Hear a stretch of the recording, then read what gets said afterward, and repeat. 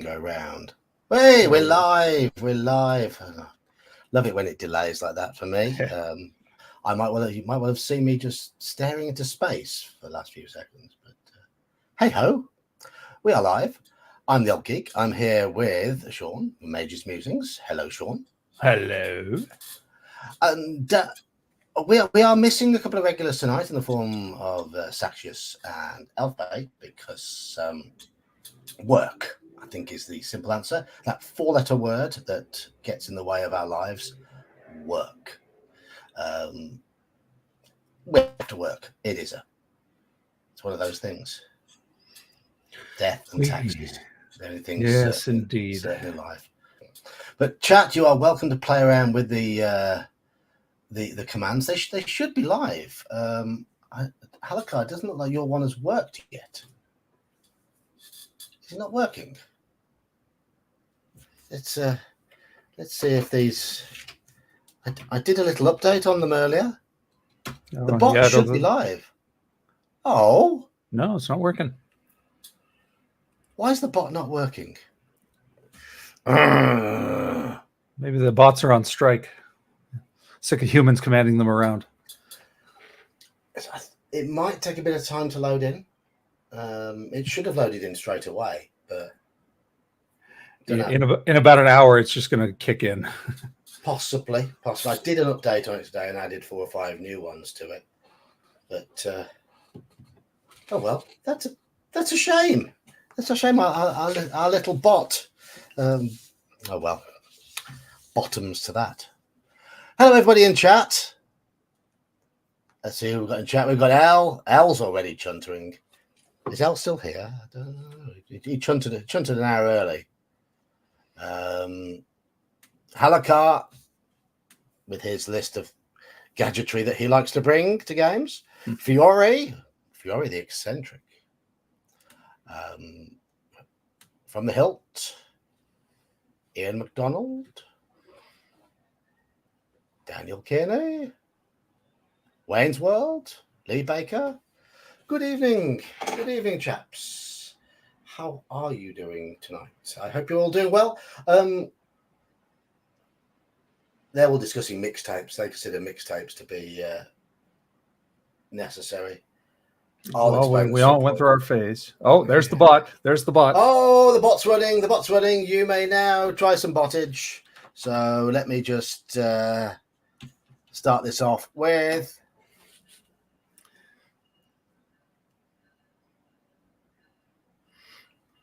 Ready for it. Wait for it. Come on, bot. I've changed yours, Mage. I noticed. I cannot find any lie in that statement. Yeah, and let's do a quick hunger as well. There we go. Marvelous. And here's one I added today. Cheers. Oat milk. Yes, I have oat milk in my tea. Right, you're lactose intolerant, right? Yes, I am. Yes. Sadly, for my sins, which means one of the things you don't find at my gaming table when I'm running a game is pizza. Sorry. Mm-hmm. Sorry. Unless you want constant stinking clouds wafting across the room, no pizza. Well, you want full immersion, don't you? If you got a wizard playing Stinking Cloud, then you've got to go for it. Absolutely. Yeah. It's when it becomes cloud kill that's the real worry. Yes. We had back when we were kids, we had a guy who was lactose intolerant and ate a whole bag of yogurt covered raisins. It was a notoriously smelly day. Yeah. The thing is, I mean, I didn't realize what it was that was causing my issues until I was older, and the intolerance got worse and developed into severe stomach cramps. It took me a year of singling out bits and pieces from my diet before I actually finally found out that it was almost always going around my mum's house on a Tuesday night and having a big hot pudding with custard. That was really doing it. Anyway, I've had to live without ever since. They call it almond milk. They couldn't market a product called nut juice. Yes, yes, indeed, indeed. So I think with the mention of nuts, we need to put in the squirrel comment. There we go. A squirrel is very protective of his nuts. So, any gaming this week, Sean? Yes, we had OSE on Friday. I'm just trying to remember what happened. What did happen? Oh, yes, we started early and then they all bailed early. I was rather annoyed, actually. They could have completed a scenario and then opted not to. And you get one guy always complaining, how come we don't get XP better? Because you keep bailing on the scenarios. Yeah. But so be it. So yeah, the OSE game, they went in, they kicked some ass. Let me see, did anybody die? I don't believe anybody died this time around. And one or two did end up leveling because they were 1 XP away, literally XP away. So all they needed to do was survive, and they got their level. So we've got some leveled characters now. We have 2 4th level clerics, a 3rd level dwarf, 2nd level halfling, whose name I'm sure you know. We've got a 2nd level acrobat now, and who else we got? 2 2nd level rangers, a 2nd level druid. The time has come for them to become overconfident and all die. Quite possibly. Bumblestump is notorious for always shouting down any suggestion that they go to the Caves of Chaos. It's one of the reasons he's survived. There's plenty of adventure hooks, but yeah, every time the caves are mentioned, they just don't want to go there. No, like the nasty caves. No, sorry, I haven't done one for you yet. Sorry. I need to do one for Halakar as well. And yeah, if you want to have your own little bot command, I said last night, message me in Discord and just say I want a command, and I can't guarantee it'll always be pleasant. It depends what mood I'm in as to whether it'll be nice. If I'm tired, then it'll be something grumpy. But that's just the way it is. So we played OSE on Saturday, and we survived the afternoon session, which was Jean's session.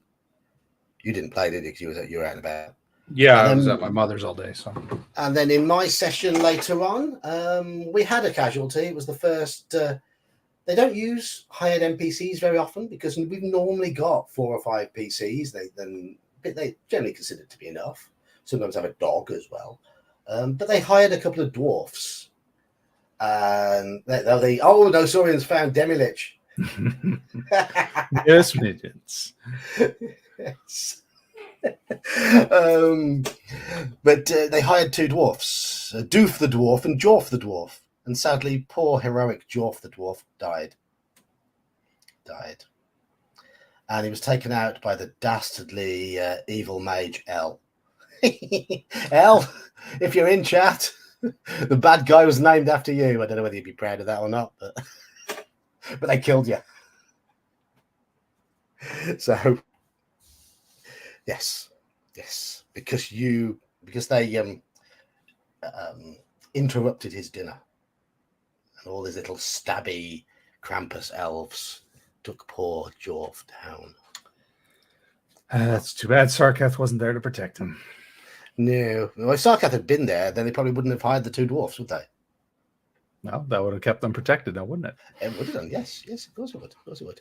And I'm sorry, Christopher, they are dwarfs. Tolkien admitted that he was grammatically incorrect when he invented the plural dwarves. He just thought it sounded better. So dwarfs. I'm sorry. I know Tolkien's my own countryman. But... languages evolve, so no, they don't. No. I'm afraid they do. They change and evolve. It regresses. They change and they evolve. Well, I mean, so you guys are still speaking Anglo-Saxon over there in England, are you? No. But dwarfs, they are dwarfs. I am very particular about that. I'm very particular about a lot of things. I'm a grumpy old sod. And we played on Monday night, and I ran the first session of Lost City since I converted it back to OSE. And this is all the Goodman Games bit, which I've got in the 5th edition book, but I'm running it using OSE. Mm-hmm. And all of a sudden, the character's quite fearful again, which was good. That's what they're supposed to be. And when Party's druid, a 6th level druid, went off poking by himself, then remembered he no longer had wild shape to fall back on when he was attacked while he was by himself by a giant lizard, and the giant lizard bit him twice and nearly killed him. It was a bit of a wake-up call. Bit of a wake-up call. It often You're is. not playing 5e anymore. Brilliant. Yes. But they survived. And now they've met some Sverfneblin, and who are allies down in the caves beneath the Lost City, which is good. Because the party has 2 gnomes, so the Sverfneblin were friendly. They usually are. They're just mistaken for evil because they're from the Underdark. There was an amusing bit when the Sverfneblin started referring to the human fighter that was with them as the gnomes' hired help. The human fighter didn't particularly like that, but the Sverfneblin were having nothing of it. They were like, shut up, we're going to talk to your bosses, and started talking to the gnomes again. Okay. So, yes. Play on the players' egos, yes. Oh, absolutely. Anyway, we're going to be talking gadgetry tonight. We're going to be focusing on face-to-face gaming rather than online gaming, because online gaming, of course, we are forced to use gadgetry. Though I will admit my favorite online sessions have been running Call of Cthulhu in just Discord, with only very minimal use of occasional images. Because I think it works really well that way. But there are some games that just simply do work better in Roll20. And I will say OSE works better in Roll20 because I like having a map up on the screen that the players are drawing as we're going along. Yes, I do correct bits and pieces for them, but it feels quite old school, having these horribly scrawled maps that are wrong and trying to join up passageways that are 30 or 40 feet wrong in either direction and that sort of thing. It's fun. I think it's fun. It feels quite old school. It does simulate the old pencil and paper mapping quite well. What's fun is handing a younger player, the paper and pens. All right, you're going to map. What do you mean I'm going to map? You get a map. Have fun. My face-to-face group, when we played a lot of D&D, there was one guy who he grumbled when he was initially given the pencil and paper, and then he found out he liked it. And then every session from then on, it was him drawing the map. And he'd colour it all in beautifully, and it was great. It was great to see. He was trained correctly. It just goes to show you never know until you try. Absolutely. So I mean, I was about to say I'm so abysmal at mapping that I'll gladly do it, but they take it away from me because they want it legible. I quite enjoy mapping. I do. I used to do treasure sheets for them as well, because I insist on treasure being party treasure until it is split up afterwards. Certainly if I'm playing a face-to-face game with that lot, because they were known for trolling each other quite well. And one guy was really, really happy. He'd have the treasure sheet and he would write everything down to every autistic level, a bit of detail, which was good. He'd write down where they found it and when they found it. And, yeah, perfect. Well, that's always good, yeah. You got one note taker, one map maker, even if they're the same person, generally the games will go well. Yeah, absolutely. But so, of course, I mean, El's first comment on here was all you need is dice, pencils, paper. He mentioned dice or any other random number generator. He is, of course, absolutely correct. That's all you need. Don't need any more than that. That doesn't mean the game won't be enhanced with a few other knickknacks. It depends. I mean, yeah, it depends on what you like, obviously, and it depends on what game you're running. So, who else has joined chat, by the way? Hello, RW Bishop. How are you doing? GM Cody's lurking around as well. Hello, chaps. If anybody wants to join us on the stream tonight, I'm going to say, because we haven't got some of our regulars tonight, if any guests wish to pop in and give us their 2 pence worth on this topic, you're more than welcome to do so.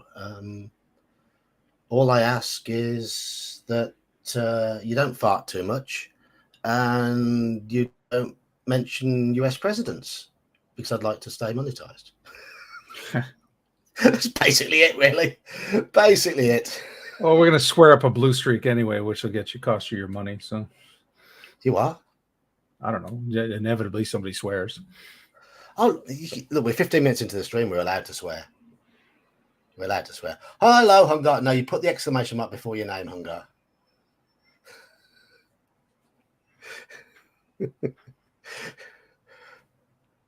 There we go. There we go.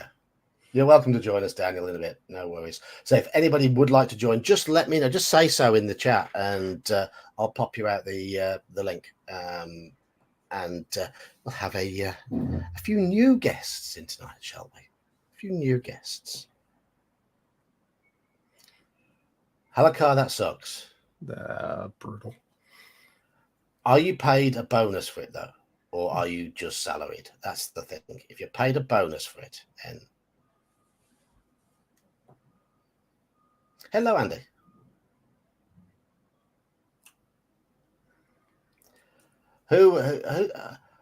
You can join us, Hungar. You're more than welcome. You are more than welcome.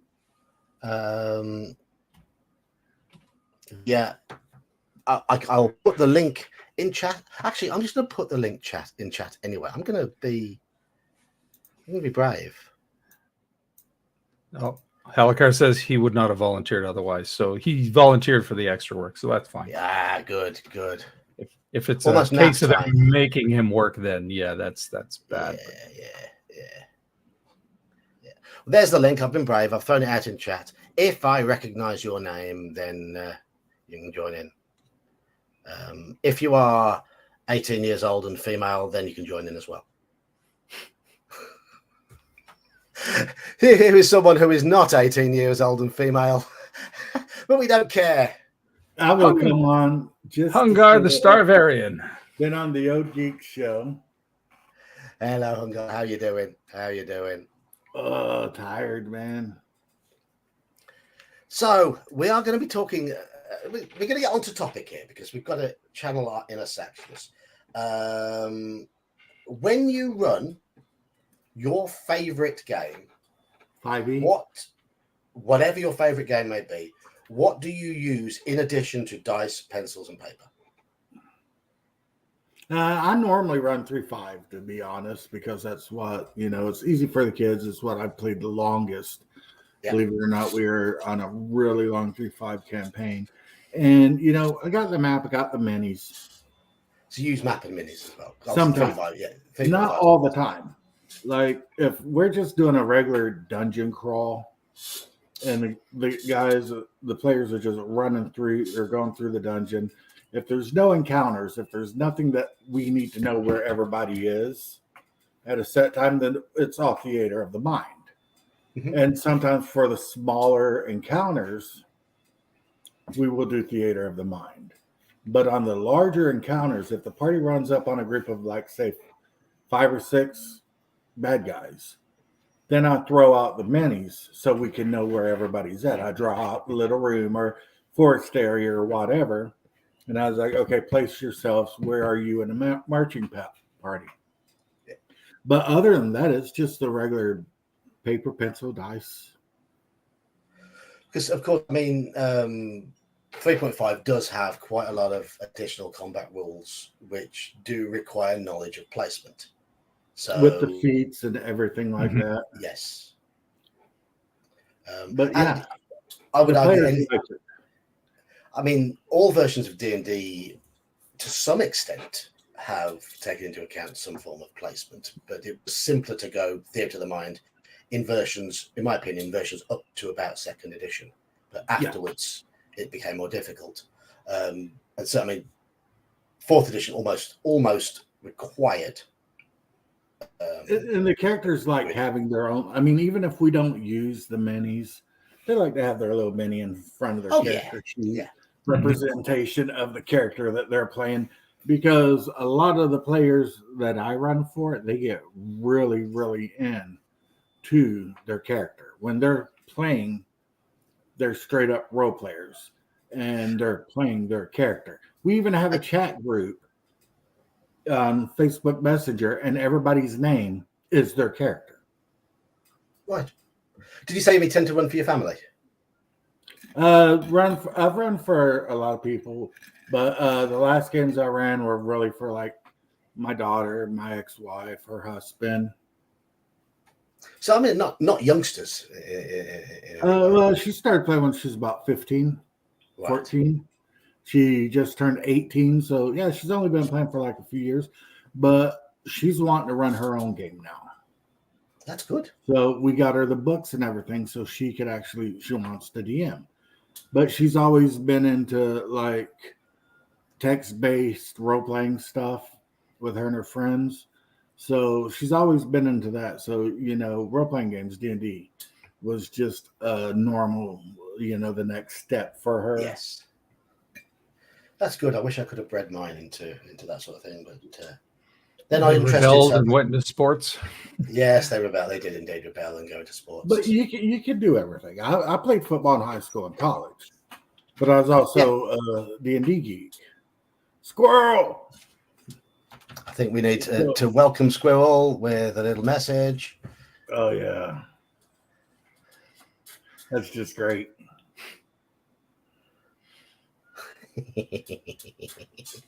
I had some fun with those. I'm going to come up with as many as I can. Oh, hang on. It says I've got a connection issue there. Yeah, you're getting kind of choppy. Am I going choppy already? Yeah. You're back to normal now. Yeah, you were fine on my end. Oh, right. Okay. But I just wanted to jump in and give my $1.47 worth of how I do it. Yeah, well, why not? I mean, what other games do you run, Hunger? What games do I run or do I play? Because I play more than I run. Okay. Is it only really 3.5 that you run? No, I've ran Dark Conspiracy, Shadowrun, tried to run Gamma World, ran a little bit of Star Frontiers, First, Second, Ed. Those are the first. I like Castles and Crusades. I'm a fan of that.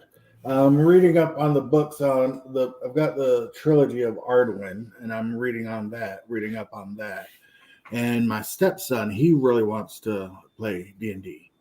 So I'd get him on Discord or whatever, and actually live stream it maybe with Justin or whatnot. I always loved the Call of Cthulhu, but I've never got to run it. But, I ran Dark Conspiracy with a Cthulhu-esque feel to it. So here's a question for you, Hungary, because you've just ranged a whole variety of games. What would you say is the requirement for extraneous extra supplies like tokens and whatnot for each of those games? Like, would you say it varies a lot? It does vary a lot. Like the Dark Conspiracy and Shadowrun game, I've never used minis for.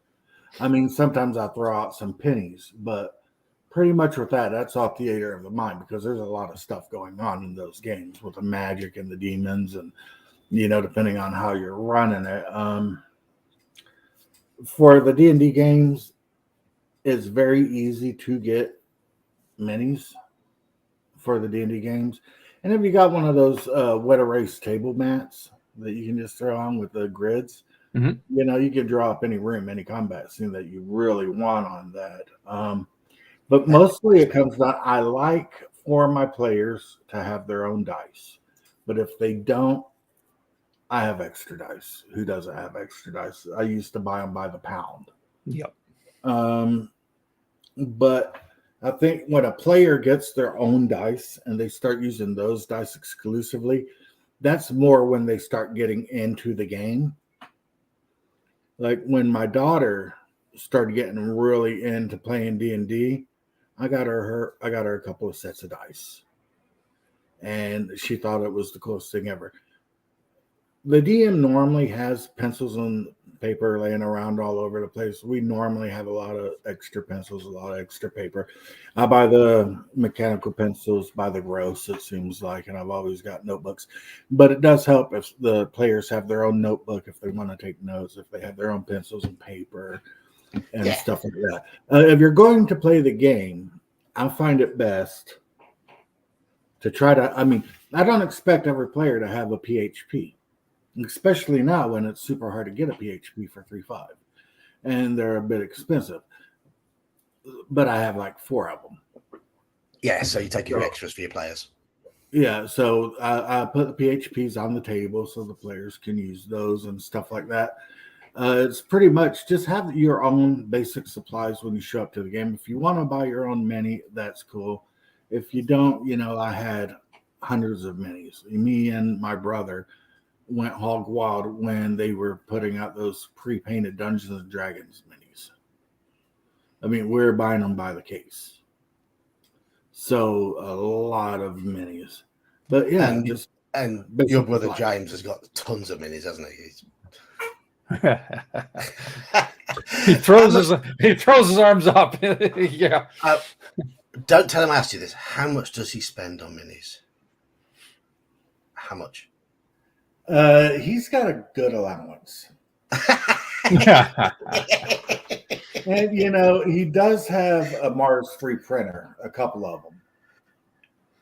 I bought one for him because I used to be a lot more well off than I am now. Before all of this. Yeah, when I had remotely, I was never been on a lot of money, but when I was on what could be described as comfortable money, I just pissed all my money up the wall on driving rally cars. There's always something, isn't there? We're always spending on something. I went through more money than I should have a few years ago. I should have saved a lot of it. I blew about 70 grand in a year. Yeesh. So you were Hungar the Spendarian then? I've always had really good jobs. Growing up, I've always worked in like real estate, construction, worked as a chef. The last job I had, I was an over-the-road truck driver, and I also was a trainer for over-the-road truck driving. So the truck was moving like 20 hours a day, and I was getting paid 57 cents a mile. And the truck was running, 1,000 miles a day. And I got paid for the miles. So, that's pretty damn good. Yeah. So James, and then some other stuff. Yeah, but James's wife, which is an amazing person. I love her to death. She's the best thing that ever happened to my brother. More so even than me. But yeah, James does get an allowance, about $50. If he makes any big purchases, just put it this way, if he makes any big purchases, if he wants to make any big purchases at one time, he does discuss it with his wife. Right. Okay. That's fair. And make sure that they have the budget for it. But yeah, she's got a really great head on her shoulders. She's smarter than me and my brother put together, and I've never been accused of being stupid. She's just top of the line, high end, she's a 1% type of woman, in my opinion, and I don't know how my brother got her. But he does spend some money on some minis. Like today, he was on my show. He was talking about, I found this box of, 3 minis for only $50, like only $50 on eBay. But it's Man-O-War, so it's out of print stuff too. Right. And that's the kind of stuff he likes to buy. He likes to buy the old stuff. I don't use miniatures all that. I'll use them occasionally when I need to, but I've still got probably 500 odd. But I've bought them all in as part of Reaper-boned Kickstarters. Which works. He is a big tabletop wargame fan. Right. James is a big tabletop wargame fan since Epic came out. We've been playing tabletop war games, and before that, I mean, when we were younger, before we even knew what D&D was and stuff like this, we had GI Joes and He-Man and stuff like that, and we'd actually be out in the yard playing with those and rolling 6-sided dice for hits and damage. So we've always been like wargaming, D&D gaming, even before we knew what it was, because we're Lord of the Rings fans. I mean, my mom, when we were like 7 years old, we lived way out in the woods on a ranch in Florida. And my mom made us Hobbit cloaks because we watched the old cartoon Hobbit. So she actually made us cloaks. And me and my brother would carve bamboo frond swords. And we'd run around with our cloaks on in the woods and stuff, sneaking around. That's the essence of gaming, though, isn't it? Imagination. Yeah. And imagination is what you need for D&D. I mean, you need your pen and paper, you need your books, and you need your dice. But I've run games where there was zero combat in the games at all for like 1 or 2 sessions. But there was a lot of role playing and a lot of getting out of combat and stuff like that. And my players loved that. I think in our OT session that Gene ran on Saturday, there was no combat. None at all. Did you have fun?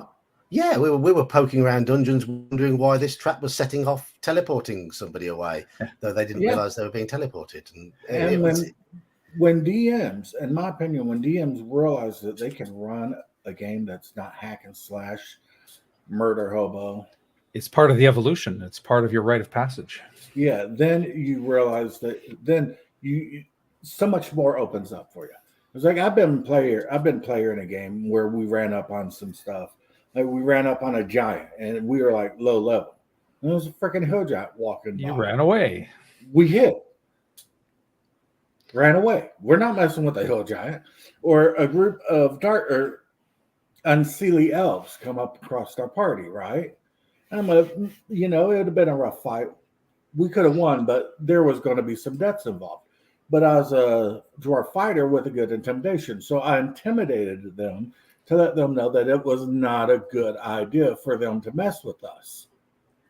And, role-playing like that, if my players do that when I'm running a game, if they can use their brain to get out of a situation or do something smart, then that's just bonus XP. Yeah. It is. It's at the very least full XP for the encounter, maybe a bit extra. Yeah. Yeah, you still defeated the encounter or managed to overcome it. It's great when DMs figure out that they don't have to put in combat to keep the players engaged, but it's even better when players realize they don't have to fight everything. Because you get a lot of players who just draw and say, okay, we go and attack, and it's like, yeah, you sure you want to do that? Yeah, I want to attack. The DM always balances so we can win, right? No, right. And, once there's a death or two in the party. And I'm not somebody who's going to maliciously go out and kill my players' characters.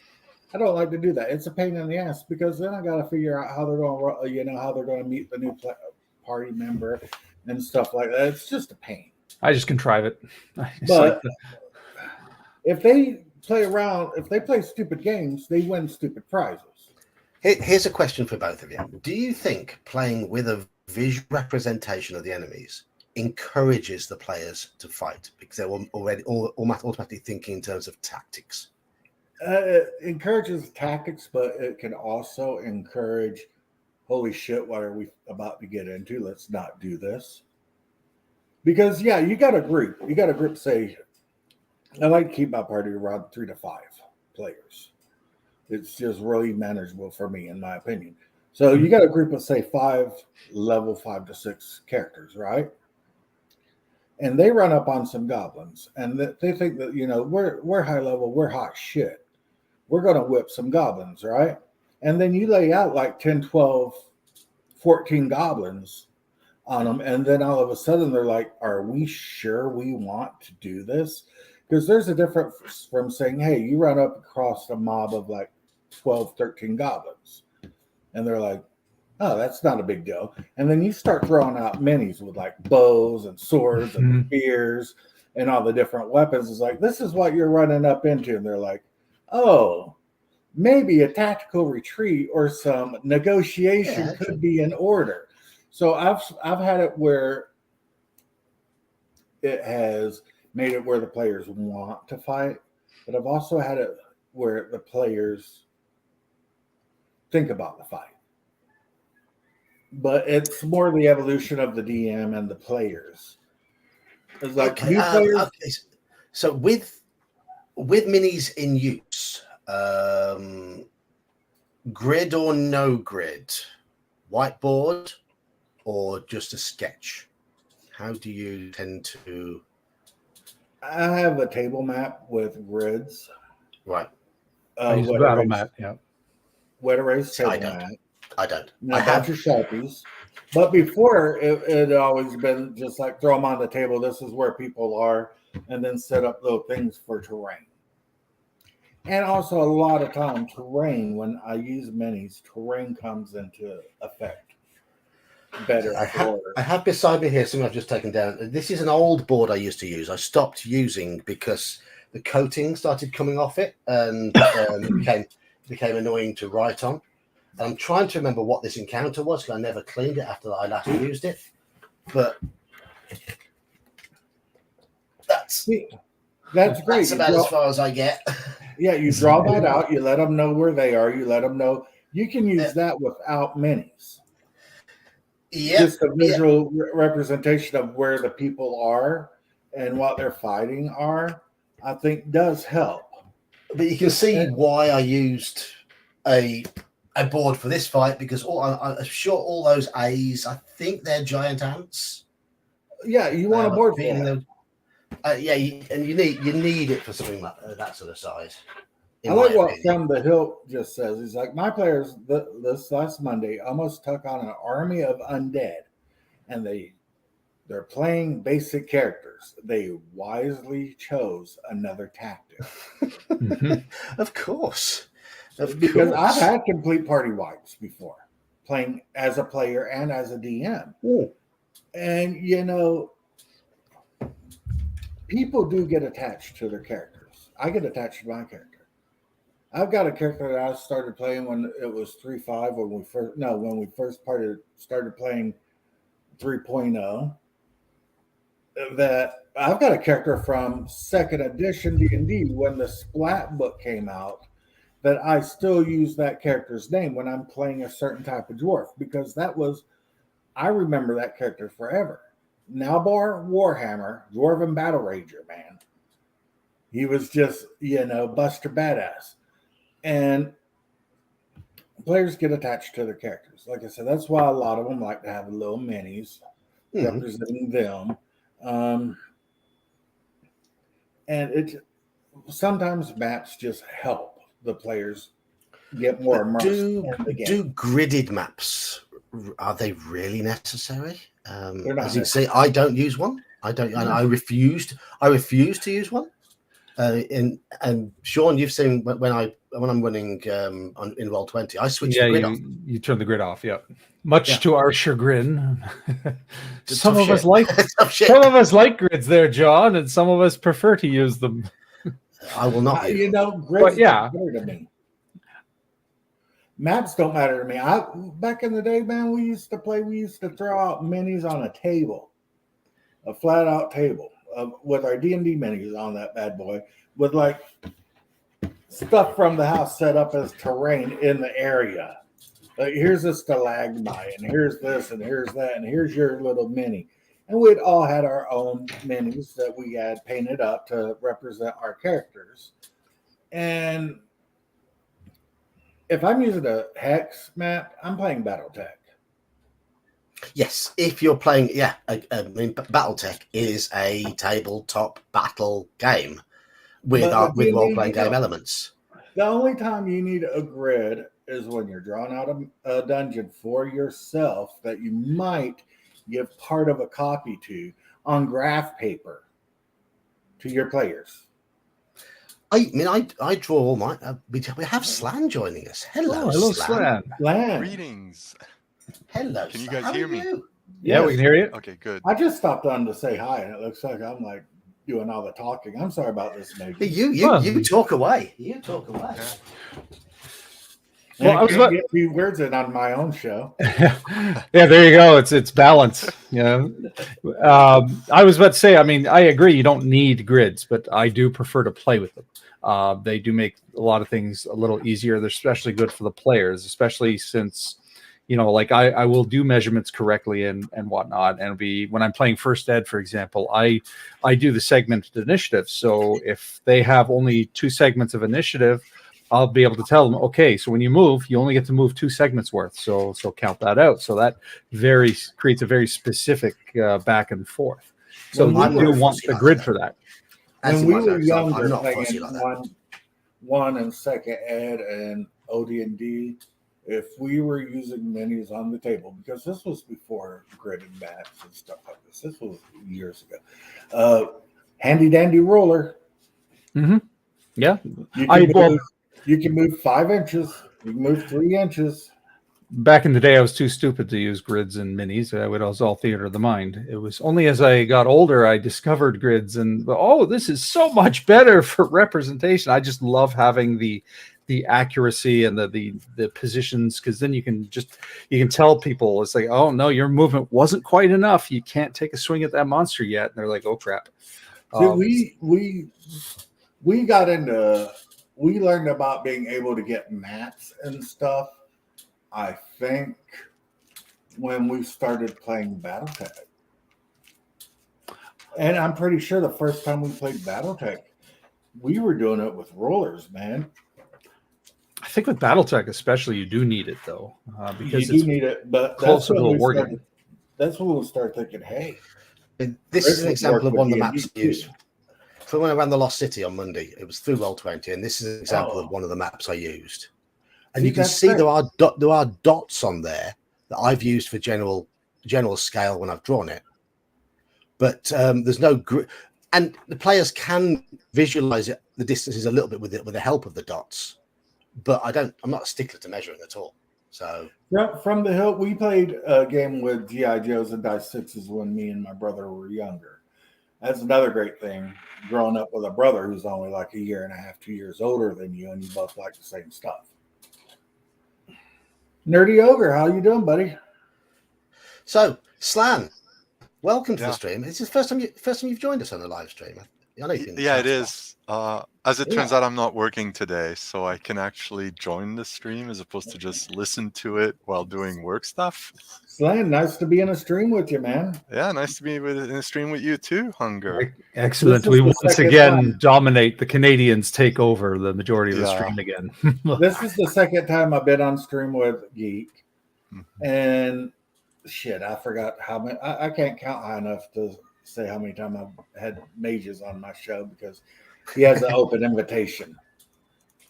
Yeah. You tend to You tend to stream around the time I'm shutting up my shop and leaving work, and when I get home from work, you're just usually finishing 12:30, 1 o'clock. And you know what? When I stream Friday, I can start a little later. I talk to the guys. We'll start a little later, and if you're home by then, you're welcome on my stream anytime. You know this. I put clickbait up today saying 5e is the best. Fight me, just so I could get views, because I played 5e for a little bit and I think it sucks testicles. I saw it, but then I had to make dinner. So by the time I made dinner, you'd stopped. So. For aided, I switched to no grid, but do use minis for approximation. I don't enjoy taking the extra time to exactly measure distances to draw all the time. It bogs down the pace too much. Michael Strongly. I can agree with that, but I'm one who doesn't mind a long combat session also. As long as my players are having fun, combat doesn't have to be really fast. My thing is, if you're a wizard or a cleric or any type of spellcaster, know what you're going to do before it's your turn. Know your spell's effect before it's going to be your turn. Be proactive. Be proactive in the game. Well, I mean, I think that applies to every player. You should know what your character's abilities are, and be ready to use them when it's your turn to state what you're doing. I Stan, use group initiatives, so we go around the table Yeah. clockwise usually. Yeah, from what we're playing now is Warhammer Fantasy role playing, and you don't roll your initiative. Everybody has an initiative on their character, so you go when it's your turn to go. Unless my character, I use a rapier, so if I'm in melee combat, I can choose when I want to go. If I want to go first, second, third, whatever, I'm going to go when I want to go because that's the special part of a rapier. But normally, a lot of times when we played, and especially when I was running games back in college and growing up and stuff, it's always been the group initiative. It's like, okay, group initiative, and how I would decide it is whoever had the highest dexterity got to go first. Mm.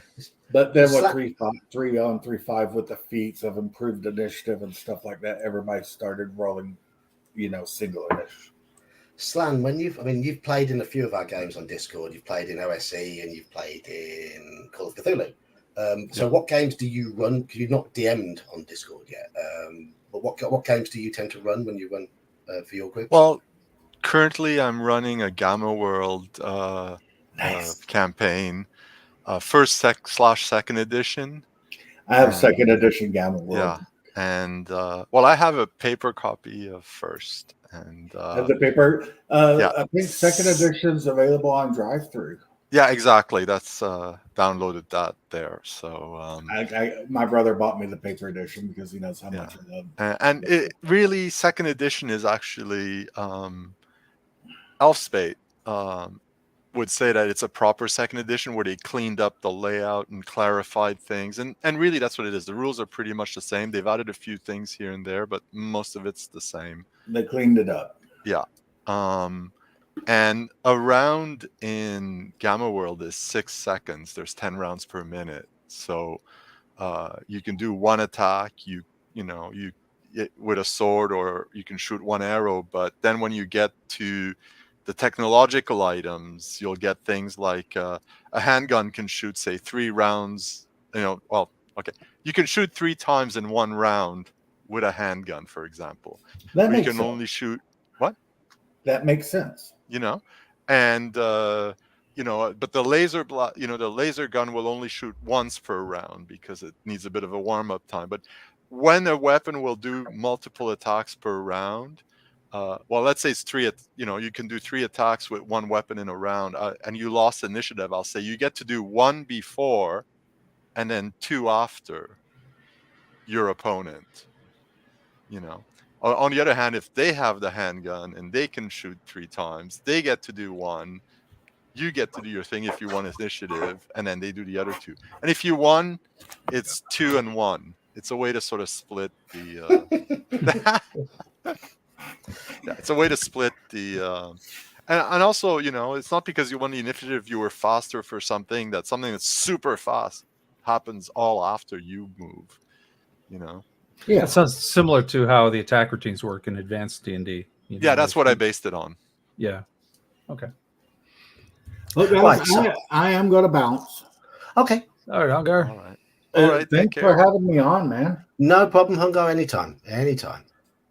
Everybody, peace, love, chicken grease. See you around. See ya.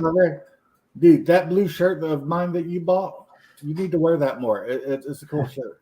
I wore it last week. If you'd known you'd be on, Did you wear it on stream? Yes, I was it a Friday stream or was I running a game or something? Was I streaming a game, or was I doing my Friday stream? I certainly wore it at least one stream recently.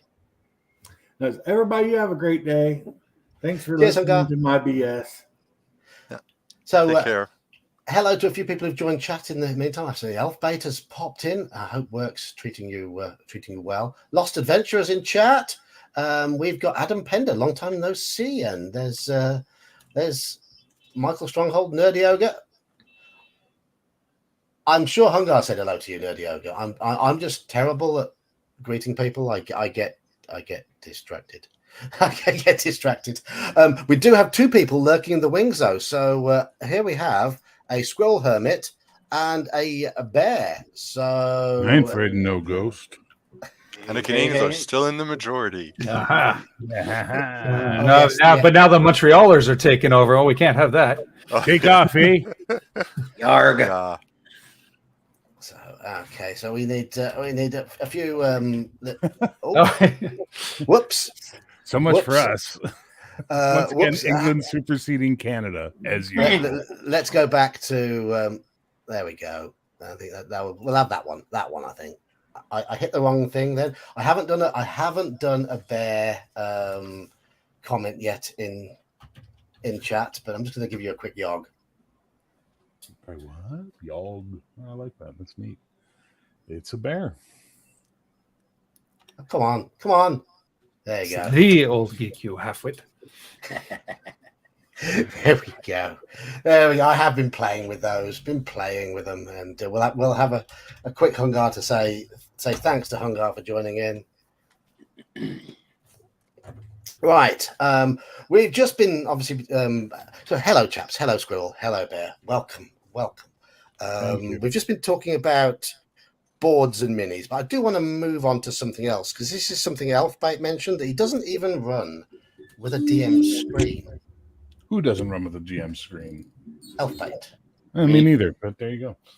I do. I consider it to be essential. Wow. I love my DM screen. It's my private place, and you don't look behind it. So there.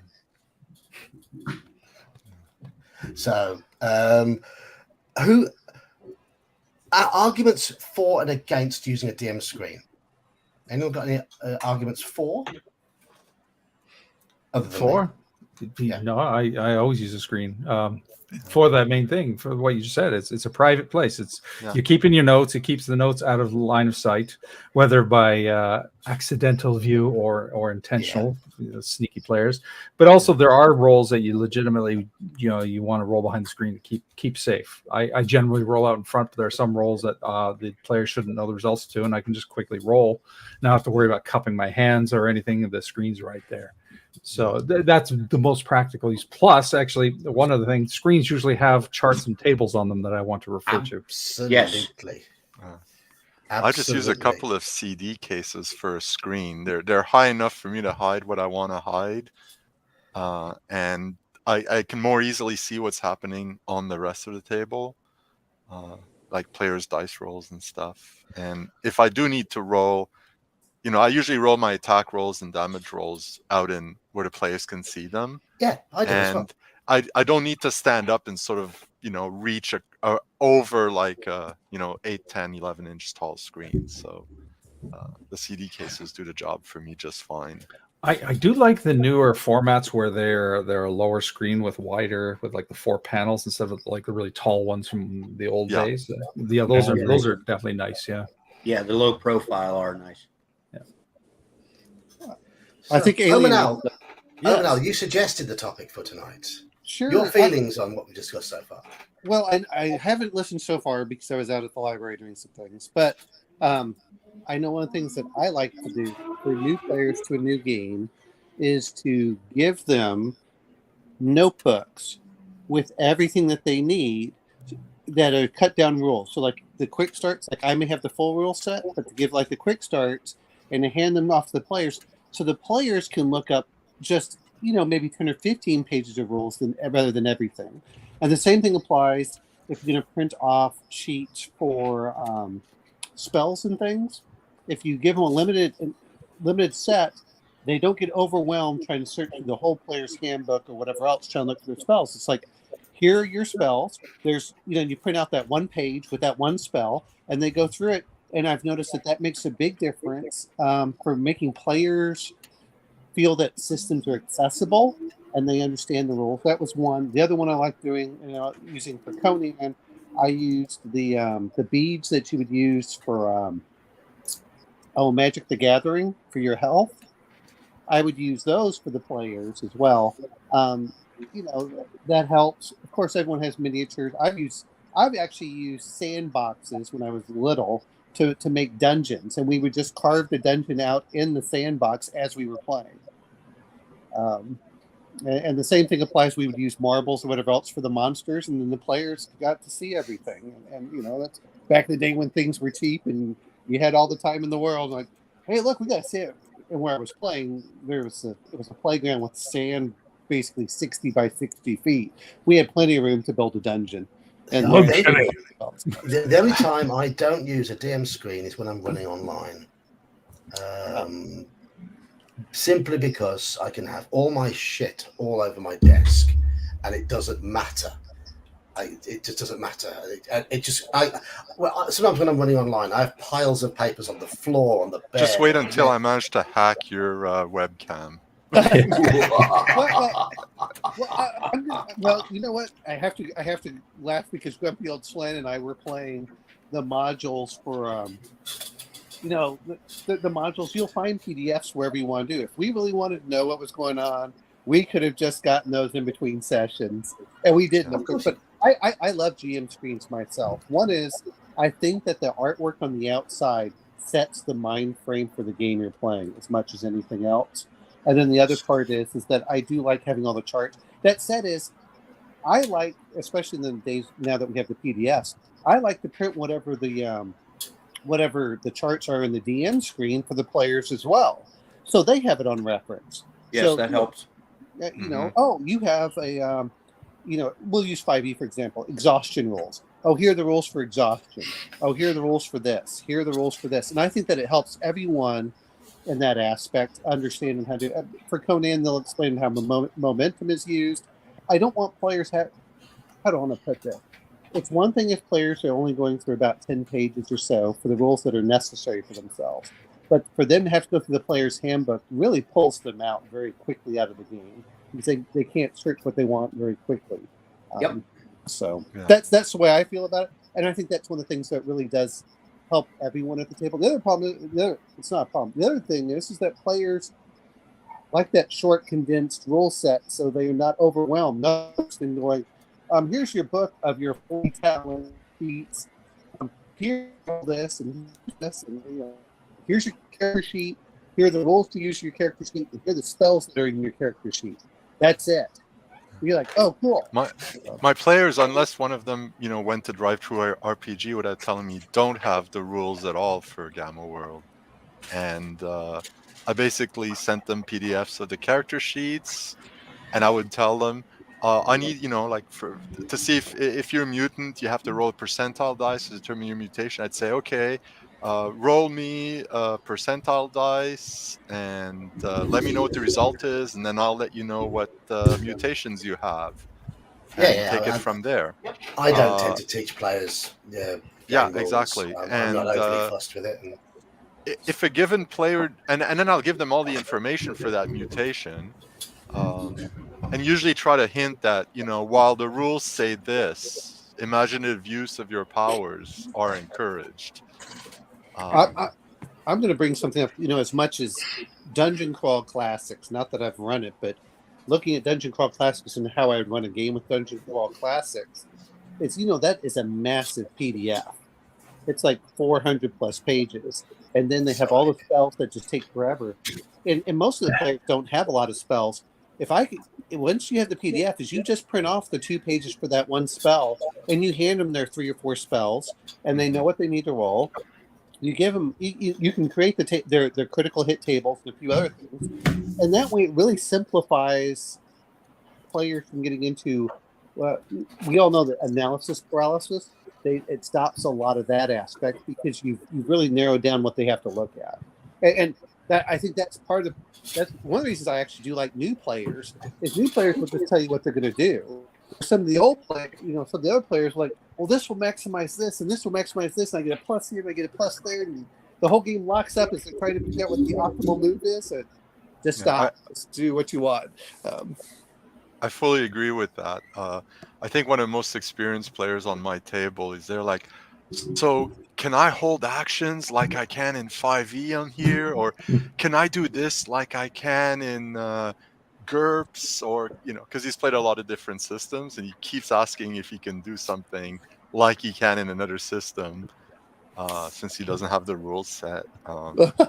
And I always respond with, "Oh, just tell me what you want to do, and we'll take it from there." And just remember, a round is 6 seconds, so don't tell me you're going to, draw your sword, run, 30 feet, and then try to stab the guy in the back. That's too much for 6 seconds. Yeah. I mean, for me, with the screen, I like if I'm playing face to face and my players are starting to drift. Sometimes in a session, they might sort of start messing about or start talking about something else. If I then start rolling random dice behind the screen, it gets their attention. The dice don't always mean anything, but it certainly gets their attention. And that's something I do like. I like it. I mean, obviously, as Major's already said, some dice rolls have to be made behind the screen, in my opinion. That's why and there have been times when players have wanted to make those rolls. I've said, okay, I've handed them a D20 or whatever, and said, okay, drop it over my screen. And they're fine with that. And they're fine with that. They're fine with that. I actually have a little box. It's a wooden box that I keep my dice in, but it's big enough that if you have 1 or 2 die in it, you can rattle it around, and then I just show them the dice I'm putting in, hand it to the players, go shake it as much as you want, and then we carefully transfer, and then I open it and see what the roll is, but then the player has rolled but does not know what he rolled or she rolled. That's almost exactly what I do. Almost exactly. I have a cup with a lid. I'm gonna bitch. No, I'm sorry about this. If they're gonna say I'm gonna do like a hearing roll or search for secret doors and stuff, I just said, okay, I as the DM are gonna roll behind the screen, and now they don't know if there are secret doors or not, or if they find it. Yeah. But that's exactly what I use that box for. Oh, okay. Well, so they do the roll for their ability, but they don't know the result. Yes, I make things like reaction rolls and stuff like that behind the screen, and I'll often run it's easy on Saturdays because I can roll my 2d6 away from the screen because you can't see me rolling, and then I can play out an encounter based on that reaction roll. On Monday night, they encountered a group of hobgoblins, and I rolled a reaction roll, 6. So those hobgoblins weren't aggressive. In fact, those hobgoblins were quite amenable to leaving their post and going somewhere else. They were and due to what had happened, they weren't interested in fighting. To be honest, the hobgoblins themselves had just fled from the carnage that was happening in the Lost City because the party have put paid to the main cult up there, who were the hobgoblins' paymasters. So when the party went down there, you can leave with your lives. Just don't give us any hassle. I rolled a 6 reaction roll. The hobgoblins were, fine. We're off. See ya. I'm going to mention something which I know Free League has been doing more with their stuff is item cards, where you hand a card to the player and it tells them, it has all the little statistics for whatever's there, plus a little, oh wow, Squirrel Hermit, you really look, wow. But anyway, no, you look a lot more respectable. No, I'm just, no, it's the. Well, you'll have that from time to time. I can't talk right now, so I'm trying to grow my beard. So anyway, but the Free League stuff, whether it's the Alien or things like that, they have the little item cards that show you your weapons and their statistics, and it really helps them organize certain things instead of trying to look at the sheet. I think it helps a little bit of the immersiveness in certain things in there, and lets you as the DM also reference what they have without having to look at the character sheet all the time. I just want to Elfbait, I can't fit you in. I've only got 6 spots tonight. I haven't got the thing, so I can drop out if you want Elfbait to get in here, because I'm just going to disagree with you guys on everything for the most part, and then that's just going to leave me constantly being the guy disagreeing. I think Elfbait's going to disagree with us on most things because he disagrees with the idea of screens. Well, so you're allowed to disagree. Yeah. Well, here's that's all I ever seem to do here is disagree with you guys. No. It seems like I'm the contrarian. In fact, someone, I believe it was the guy right above me who one time referred to me as the contrarian. We need the contrarian. Well, You are wearing a ring. Bear the Gen X contrarian. Yes, there you go. Yeah. There you go. Well, what I'm trying to say is everyone acts like these are things you have to have. I look at them as these are niceties that you have to help your players and yourself do things. That's the way I look at a lot of it. It's just like handouts. You don't have to have a handout, but boy, it helps the players really get immersed in like especially if they're learning. It helps flatten that learning curve. Outside of that, whatever happened to game mastery? Come on. Yeah. Okay. I've got two things I want to add here because I'm just sort of like watching this unfold, and I'm going to say my piece. One, no sorry, and yes, you're right. Absolutely. I have something I wanted to show you guys, which is what I was looking for. Unfortunately, I can't find my DM screen, but I did find this, which is why I don't need a DM screen. When I'm at the table, I have a binder. Yeah. And in the binder, I have everything I need to. I made this for OSE when I was running OSE BX, and I had everything I needed without issue. No problem at all. The thing I wanted to say is, Squirrel Hermit, you could cosplay as any Stephen Lang character and do it well, sir. It's a good look. And preferably, I'd like to see you do the beard, so you could do what's his name from Tombstone, but you could do Avatar right now with that cut. In the winter, I get my chops, so maybe I'll do the full beard. Just for there you go. Buddy. I do want to point out. Sorry, I just want to point out to Bear that binder is still a tool. Yes, absolutely. I didn't say I don't use tools. I said I don't use a GM screen. Right. The reason I don't use a GM screen is twofold. One, unless I'm rolling damage, I don't roll dice because remember, I set up all my games, even D&D, to be player focused. They roll an armor class versus the attack. They don't roll. I don't roll attacks against them because I'm tired of hearing them bitch about my dice. So I let their own dice curse them. It keeps them engaged, and they're always doing something. That's what that game Merkborg does. It's player based. So does Symbaroum? Yes. Tons and tons of games have done this over the years. It's not like a revolutionary mechanic or anything. No, it isn't. No. We're familiar. Secondly, I just roll damage, and I want them to see the damn damage. I want them to see exactly how much it hurts. Yes. I want them to know. So I have nothing to hide behind the DM screen. I don't need my personal space because this house where we play is my goddamn personal space. Exactly. I don't use DM screens either, but I do kind of collect them. If there's a Kickstarter that I back, I get the DM screen. So you're gonna have to set up a table with all the screens at once, just one big circle around you. Should post a photo of that on the Discord. Build a screen for it. Typically, when I DM face to face, I'll set up one end of the table, which is sort of my area, which has got my dice, and my maps, and stuff. But when I'm DMing, I'm actually I'm up and about. I'm in your face. I might be back here. I might be waving around. I might be pointing and gesticulating. And I like to walk around and be quite a physical DM. And then every so often I'll just sort of sit down behind my screen again and do my thinking pose. And just, I do move around a bit when I have room overhead. When we game at my house, it's in the basement and it's a low ceiling. Ooh, I've got no issues with low ceilings. I'm not very tall. So I'll be quite happy with that. But I'm 6'3". I can't do low ceilings. Yeah, so I mean, shut up. Who cares about a low? No. Hold it. When we look at this, is who here is not 6 foot besides John or above? Okay. Okay. Well. The other thing is, we talk about some of these things. Whether it's dice or stuff here, I'll hand the dice out depending on what players want. There's so many aids out there nowadays. It's just what makes it easier for the players to get involved and for you to get involved. But I agree with you. In some cases, it's just like, if the players aren't too worried about getting the rules exact and you aren't either, I won't even roll dice. I'll narrate it. I'm like, okay, you're 12th level. You're fighting there are 2 goblins running around. We're not going to roll to see if the goblins hurt you. Okay, I have better things to do with my time, and so do you. We'll just narrate the battle. And we're done. We'll move on. I remember doing it, and my friends were happy with that. It was only during critical times that they care about if we were rolling dice.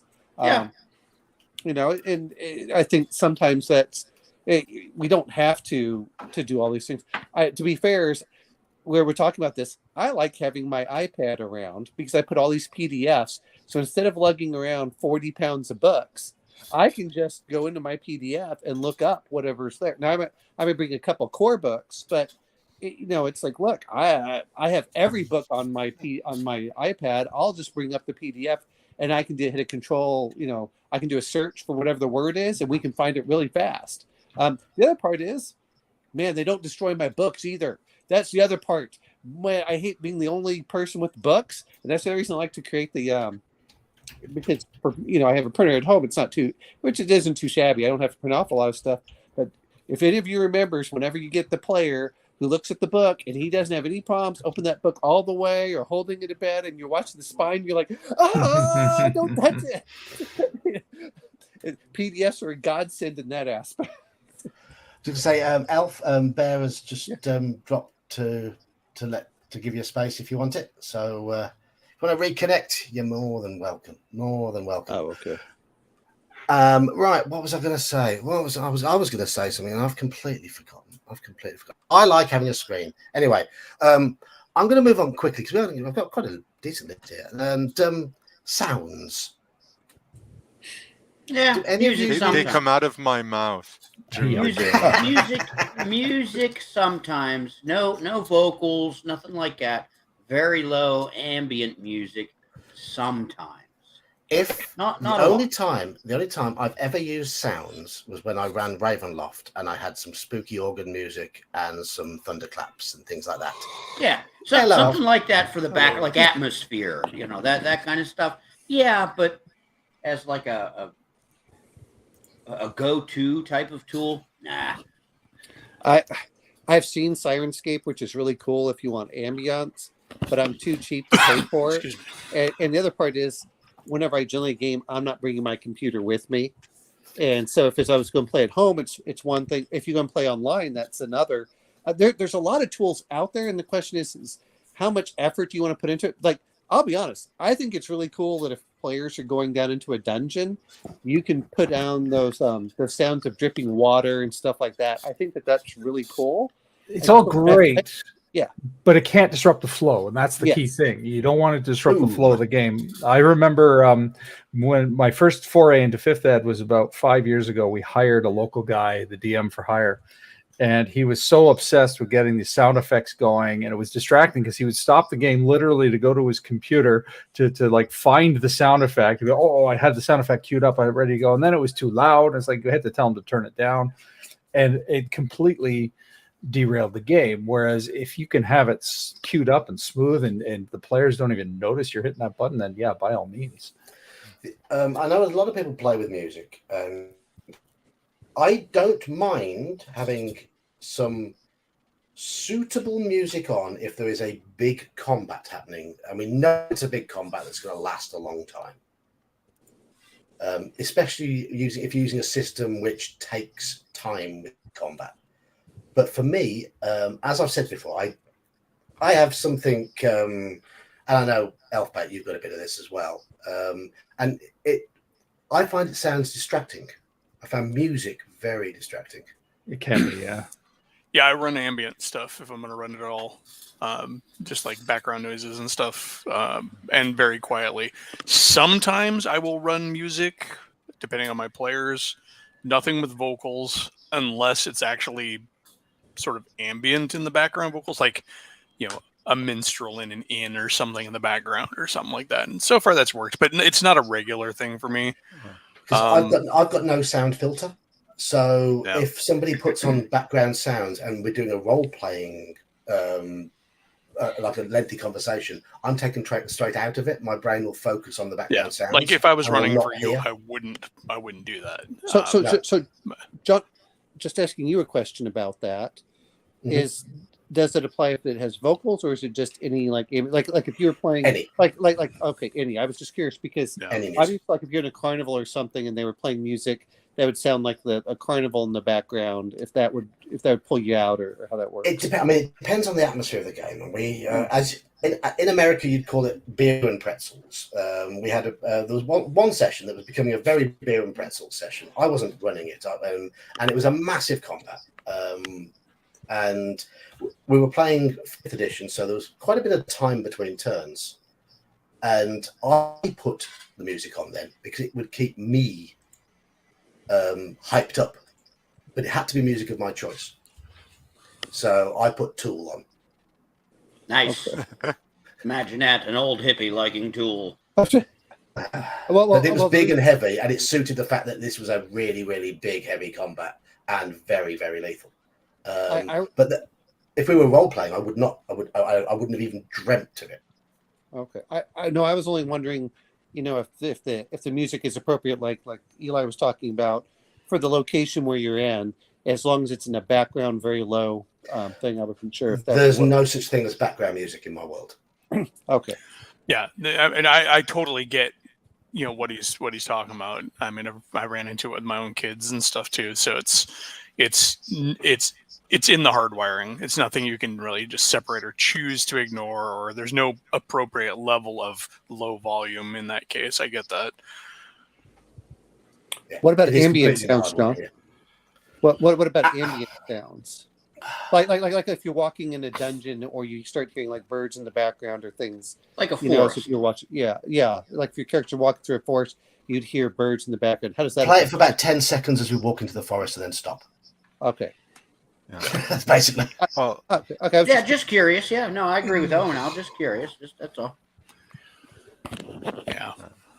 Yeah. My in-person game is not at home. It's at someone else's place, and so I don't have access. Well, I mean, I'm sure I could ask for access to their stereo or computer, but I'm not going to lug my computer. It's not a laptop, and I don't feel it adds that much. I'm not quite as bad as the old Geek, but I find it's more distracting than anything. The most I'll have is I have like some sounds on my phone, and they're like kind of like various computer-like sounds, so that when the characters in Gamma World encounter an old machine that talks, I'll just play like a little cue sound, like bling, bling, bling. Hey, one of the most fun things a player in my group did is he found a Wookiee soundboard and used that exclusively to play his character when we were playing Star Wars. So yeah, just had his cell phone. He's like, well, that is fun. Speaking of, like the phones that we do for that, the other one is that I have a friend that records his sessions as a dungeon master, so he knows exactly what happens, and then he'll write up a what I would call an after action report for everything, just so he keeps the notes for the next session. Yeah. Instead of trying to remember everything. And I don't know if any of you guys do that, but I actually thought that was a pretty good idea. You just record and you say, okay, I'm recording the session just so I know what went on. And then you can say, oh, yeah, you did fight so many monsters. Yes, we did say this. We did do that. And he would take notes after the session of what actually happened while they were playing. Yeah. I like to have the players tell me what happened, because that way I know if there's a detail that I felt wasn't that important. I just added it for, atmosphere or verisimilitude, but they latched onto it in their minds. They didn't, it wasn't something they acted out, but it's like, yeah, so we fought the wizard and he had a purple robe, and so he must be part of a secret society of some sort, or blah, blah, blah. And it's like, I never thought of that, but maybe I can use that, and I'll make a note of that. Oh, I love it when players do that.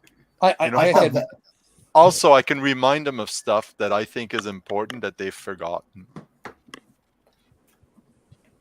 I felt very guilty one session when we played the Cthulhu Dark Ages one that set around 900 AD, around then. And the guy who was running it had set up a massive TV screen with a spooky scene on it, had got all big sound effects going on, and had put candles on the table and really set the room to be spooky. And I'm afraid I sat there and went, can't see my sheet, I can't hear what you're saying, and that's distracting me. I actually agree with you on that. It's one thing if it's up there, but I want a lot of stuff in the background so I can focus on. And I agree with you. I put a picture sheet on my iPad here, and then I would just use my stuff down. And I know that some people are like, well, I own your character sheet. You want my character sheet? Here, I'll email it to you whenever you want it. It's that kind of thing. But I'm writing notes down on my character sheet in certain cases on my iPad while I'm going through. That's one thing that we've talked about is player aids. Aids as a whole. Let's not forget pencils and paper and graph paper. So that's the first thing we mentioned on stream.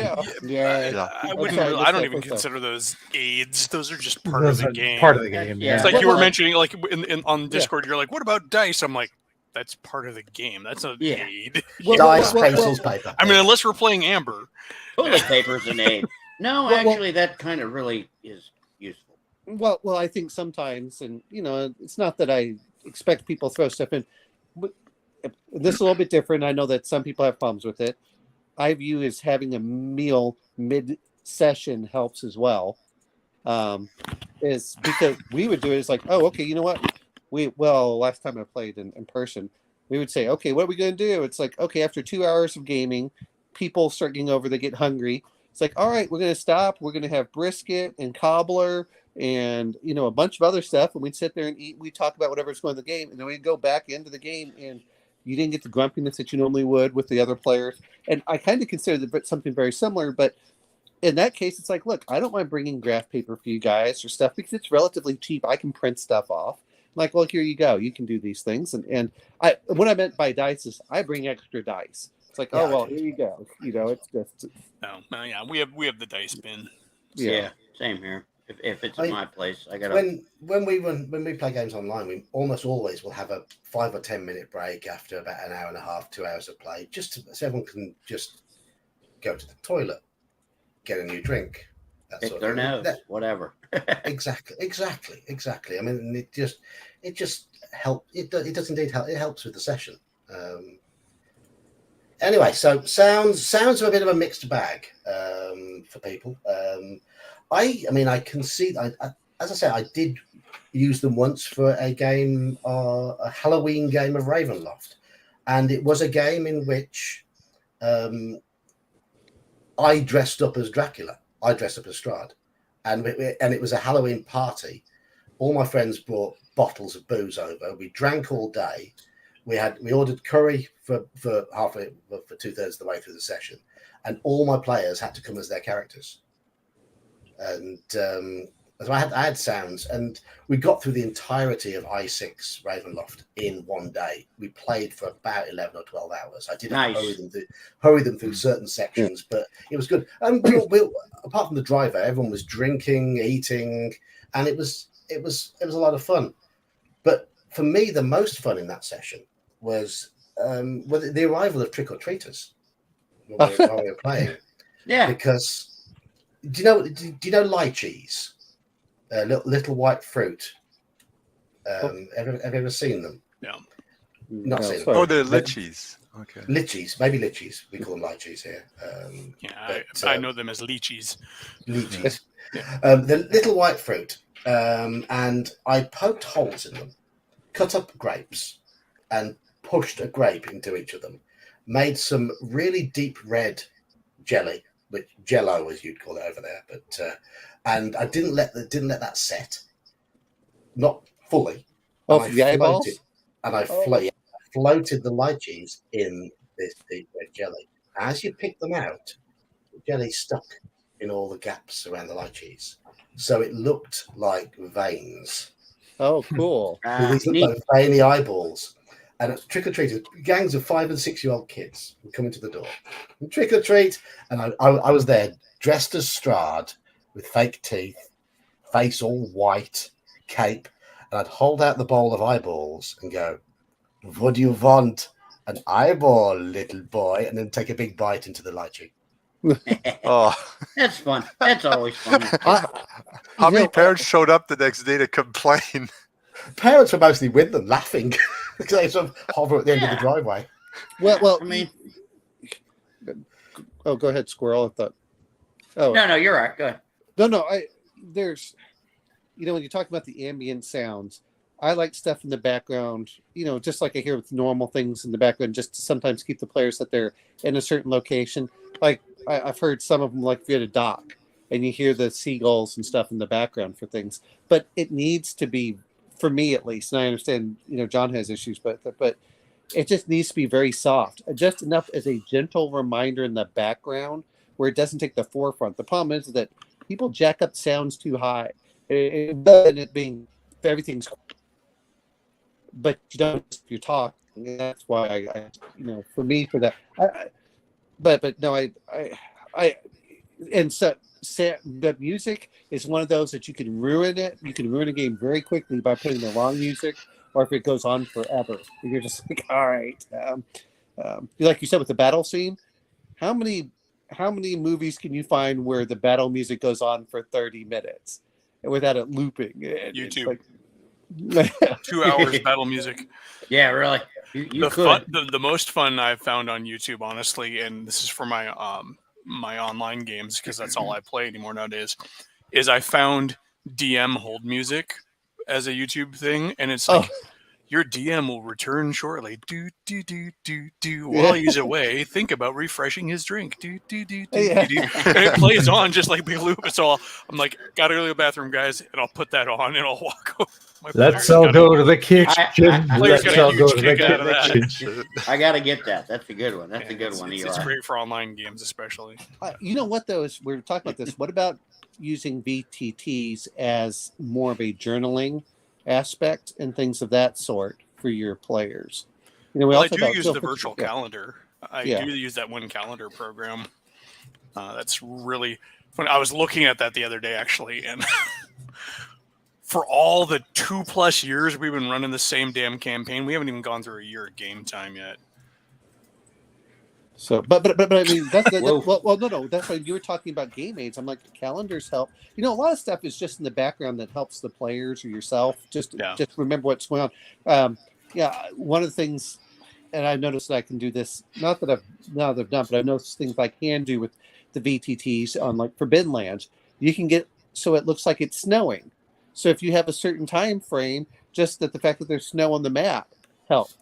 And some of them have a little hex crawl that it turns it dark wherever they've gone, so they only see where their characters are.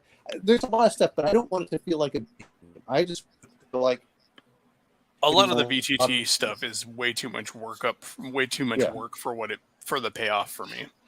I'm playing Ansaxius's game, and he's using Roll20, and he knows the bells and whistles, and he's got it set to where, each individual player can only see what his token has line of sight for, and all of this other stuff. And I'm just like, I would lose interest in running the game if I had to set all of that stuff up. I mean, it's really cool though. Yeah. It's cool, but that is a key point with all these bells and whistles. Is if you spend too much time setting them up, they can really eat into your game prep time. That's why I never got into miniatures and terrain. It's a huge thing right now. Everybody's wanting to craft for their games and everything. I'm like, not only is that a lot of work, but it kind of unconsciously, subconsciously, whatever you want to call it, guides the scenarios and the encounters that you run, because you're like, what do I have terrain for? Yeah, unless you have a lot of modular stuff. But. Well, Eli, it's also a lot of money. Yeah. Oh, yeah. Well, it can be. I think Eli and I remember do you remember the dungeon tiles they used to have? Oh yeah, I used to have those little cutout paper or cardboard dungeon tiles. Yeah, I think that those were great, but you know what? It's the cheaper stuff, in my opinion, that lets the players get into it. Like when Sean is running his game and his little Order of the Stick minis, I prefer those over the 3-dimensional miniature absolute stuff in there. It's like because your mind will naturally fill stuff in on what you want to project, but it's just enough to give you what you want. And Sean, I think that those Orders of the Stick minis are great because no one cares if you drop them. They're not going to injure your foot, and you can always just reprint them out if someone gets. I got a billion of these, but I still don't have enough for everything I could possibly imagine. No, I think with Sean with those Order of the Stick minis, I think in the case of you, they add character to your videos as well. They become part of your brand on your videos. Yes. Yeah. If only I could get Rich Burlew to sponsor me officially. You actually asked him? Yeah, I did. Before my 1,000 giveaway, I reached out to see if he'd be willing to throw in a couple of sets as part of the giveaway, but I didn't get a response. So, not even a response. Not even a response. No. Yeah. Oh, right. That's okay. I think you should find new miniatures to use. No. Well, I find it funny Boycott. is whenever I see the picture of onion buns, I'm just like, yes, we all know who Onion Buns is, and then sometimes how you color them in with crayons, and sometimes you don't. I don't know. I just use the colorized versions. Like okay. you buy a set, they come with the line art ones in black and white, and they come with the color ones. And so I printed up the color ones specifically to do on the show. But those don't get used at the table because I know the players will wreck them. So I use some black and white ones for actual table play. Yeah. But if Onion Buns ever dies, there's going to be like outrage. A riot. Yeah, well, they said that about Legolas, but you know, he's not as cool. Onion Buns. Just the name, Onion Buns. Come on. Bumble Stump. Onion Buns, Bumble Stump. It's one of the greatest names. Yeah, it is a fantastic name. It's a doofy name, but it completely fits at the same time. It's one of those wonderful, goofy names that just fits, like Hodor from Game of Thrones. It's a dumb name in and of its own right, but it makes sense. History-wise, Onion Buns is meant to be his nickname. He hasn't revealed his character's true given name. I'm sorry. I know Colin Bush has featured in lots of videos in going a long time, but he sounds like somebody you could meet down the pub. Everybody's named Colin in the UK, right? Colin and Gavin. We've got lots of Collins, Colin and Gavin is about Well, Colin Bush is Onion Buns' son in real life. Onion Buns is his father, right? So they often come in together. So okay. I'm going to mention this. We're talking about AIDS. Let's not forget about the random tables for names because we're all mentioning that right now. Yes. I love random tables. Awesome. What's that? I don't use them. I mean, I love.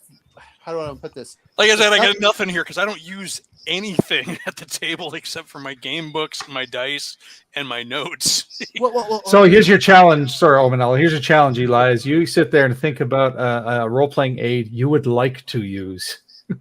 Well, see, a lot of times we say when we're using it, sometimes this is the stuff that you do pre-game during the game.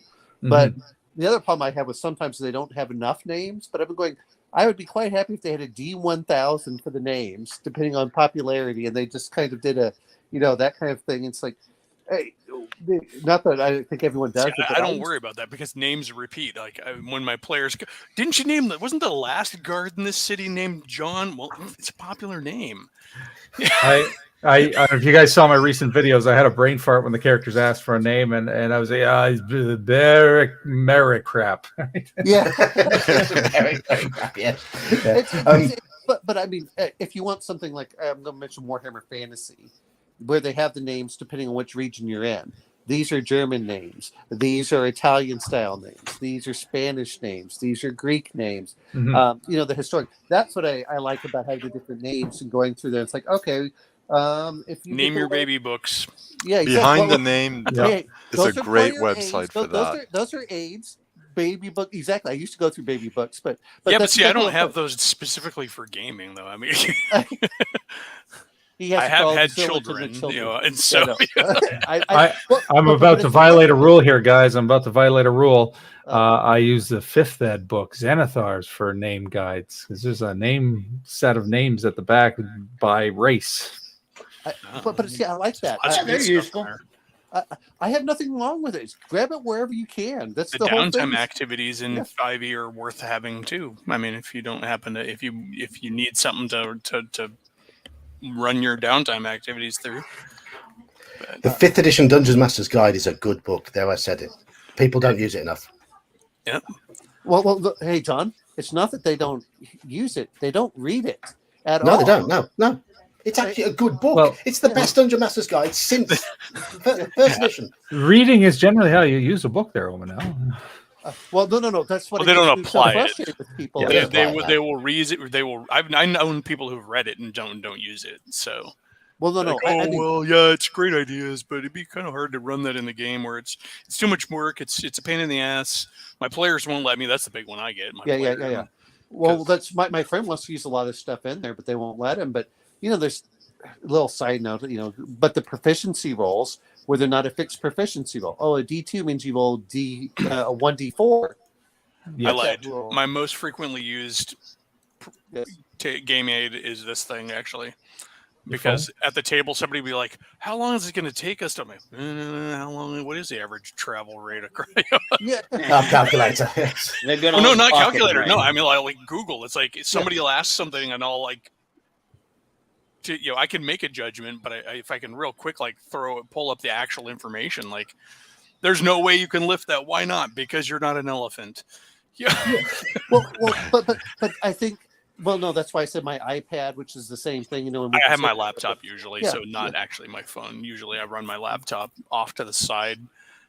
And because I homebrew everything I run pretty much, so any game notes are usually on my Google Drive, and so I don't have papers cluttering up the table, and space in front of me is for my dice and any actual notes I have. And there should be a screen there. There should be a screen there. No, really should. No. Yes, there should. There is. No. It's a clear piece of Perspex. Wait a minute. It's a spit shield. Hey, John.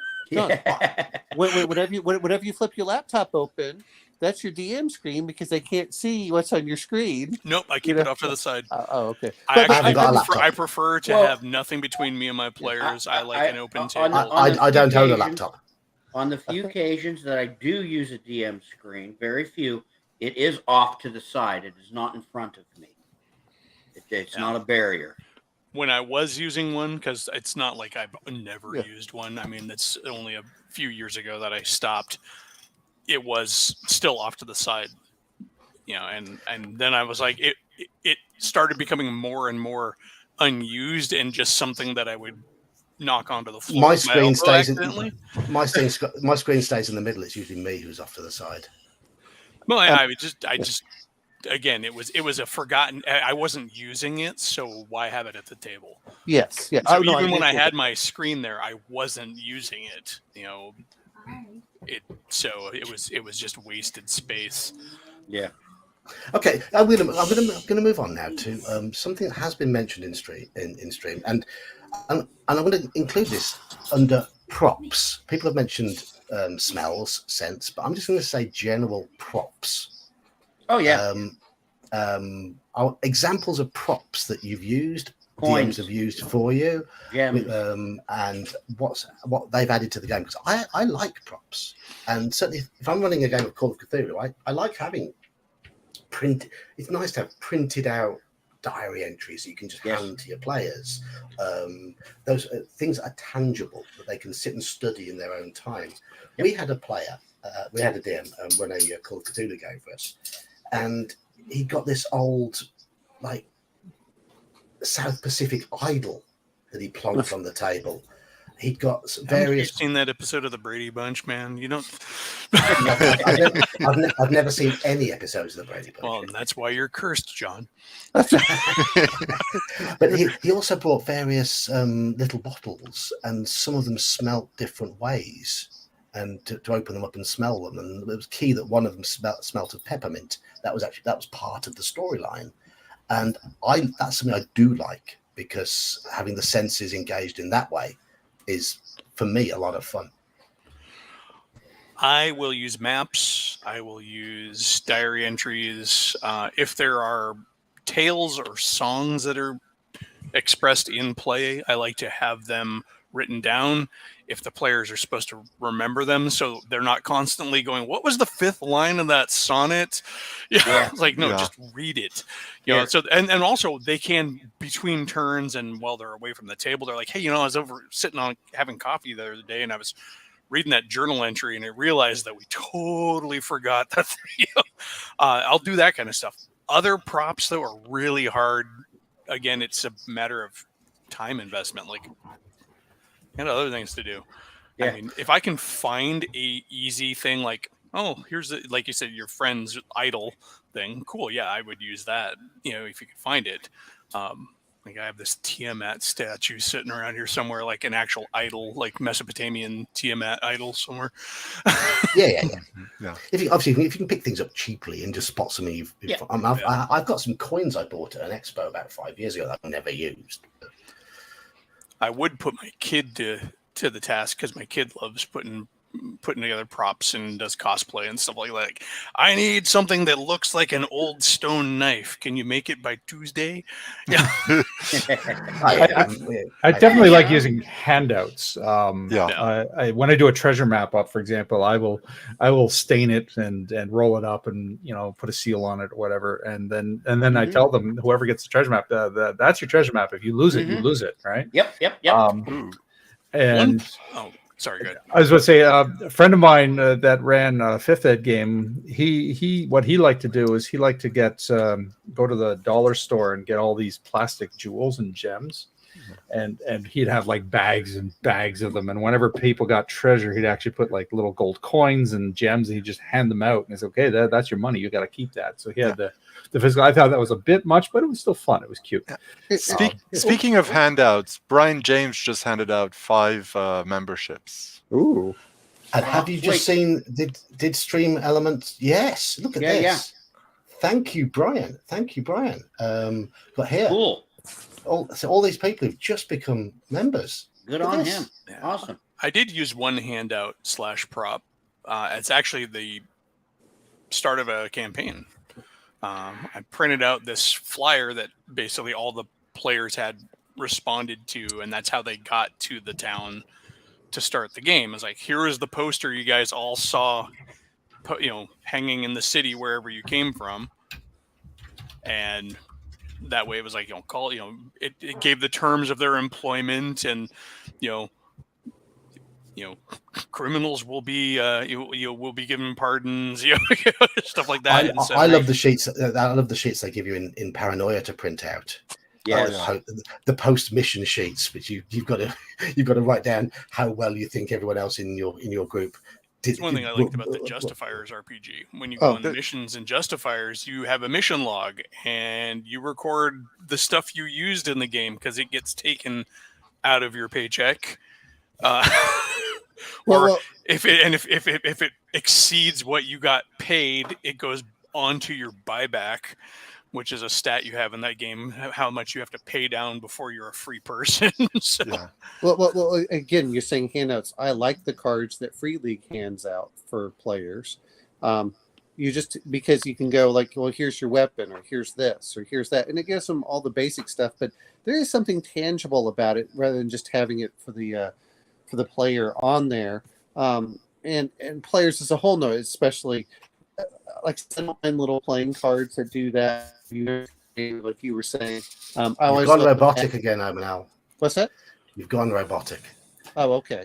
I don't know, but the UI, the U1 stuff, or was it U2, where you went down into well, they had the handouts out there for the players that were the maps of what they thought were there, and they're always wrong to a certain extent, and that's what incomplete at least. In U3, it was a map of the lair as the lizard men remembered it. But of course, the Sarajin have altered things since then. What's the other one that you can do? You can do little certificates whenever they get things, and like, you have been awarded. I did that in my first 5e game when we hit the 1 year mark, when we hit the anniversary of the campaign. I gave them all a minor item that their character knew, and I homebrewed it, and it was something from their background. Like the elf got this elven tea he could make, and the half orc had some sort of brew that he could make, and it was just like, okay, cool. And they had these little laminated cards that they now had that had some minor in-game effect. Yeah. But it was also dated, and it kind of commemorated that 1 year mark. Mm-hmm. Now, speaking of little cards like that, I've always wanted to use, I never have. In the Hackmaster, the 4th edition game, which is the 1st edition, blah, blah, blah, they had coupons in the books. And it was really, they look really neat, and they make sense. There's a set for players, and there's a set for the DM. And you would hand those out, shuffle them up at random, and, a player would have, turn in this session for a mulligan. Or, wow, somehow you wake up with more gold. Roll 4d6 times whatever and add it to your character. Just neat little fun. additives. It's always nice when you do get off the box set, which has got these sort of things. I mean, the original Horror on the Orient Express box set came with passports for all the players. Yeah. The neat thing about Call of Cthulhu is even for the well-known scenarios is that if you go to drive-through, there are a number of people who are doing prop sets for them, which is really cool. And also Chaosium has put out generic prop sets, if you can find them, of like, here's a blank telegraph from the 1920s, so you can then fill it in, and you just have like the typesets and stuff like that. And I found a website which can convert things you type in into newspaper articles. That is something I've used. The fake newspaper article. In fact, I created a couple for when I ran you guys through that scenario. Where if you remember, I actually did the after game little newspaper reports. Death certificates for characters. That's always funny.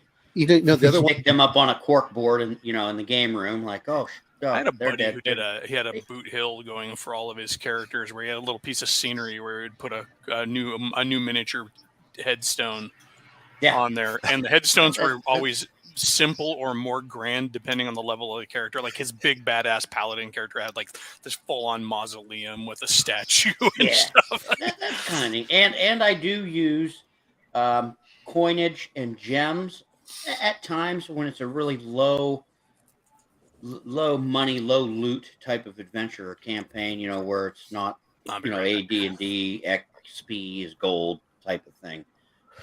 What Michael mentions here, Desert Desolation, I've got the original 3 modules and not the i3 to 5 super module. And what I did is those messages that you decipher in those, I found a font which was a hieroglyphic wingding type font, and I typed all the messages out in that font. And as they found them, I just handed them over. And one of the players took it on himself to decipher it. And 2 sessions it took him. Whenever anyone looked at him, he was there with his head buried in these, frantically trying to decipher them. And when he finally did so, after about 5 or 6 hours of deciphering them, when he found enough, he loved it. He felt like he'd really achieved something. And of course, they really help with the adventure. They really help with the progressing the characters through and giving them ideas. And that's something that, if you've got players who enjoy that sort of puzzle, they're wonderful. Absolutely wonderful.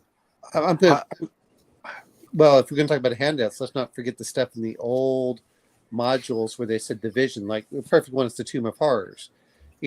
Show them, this little thing. Now, whether we all know that I hate that module, but that's because to me it was boring.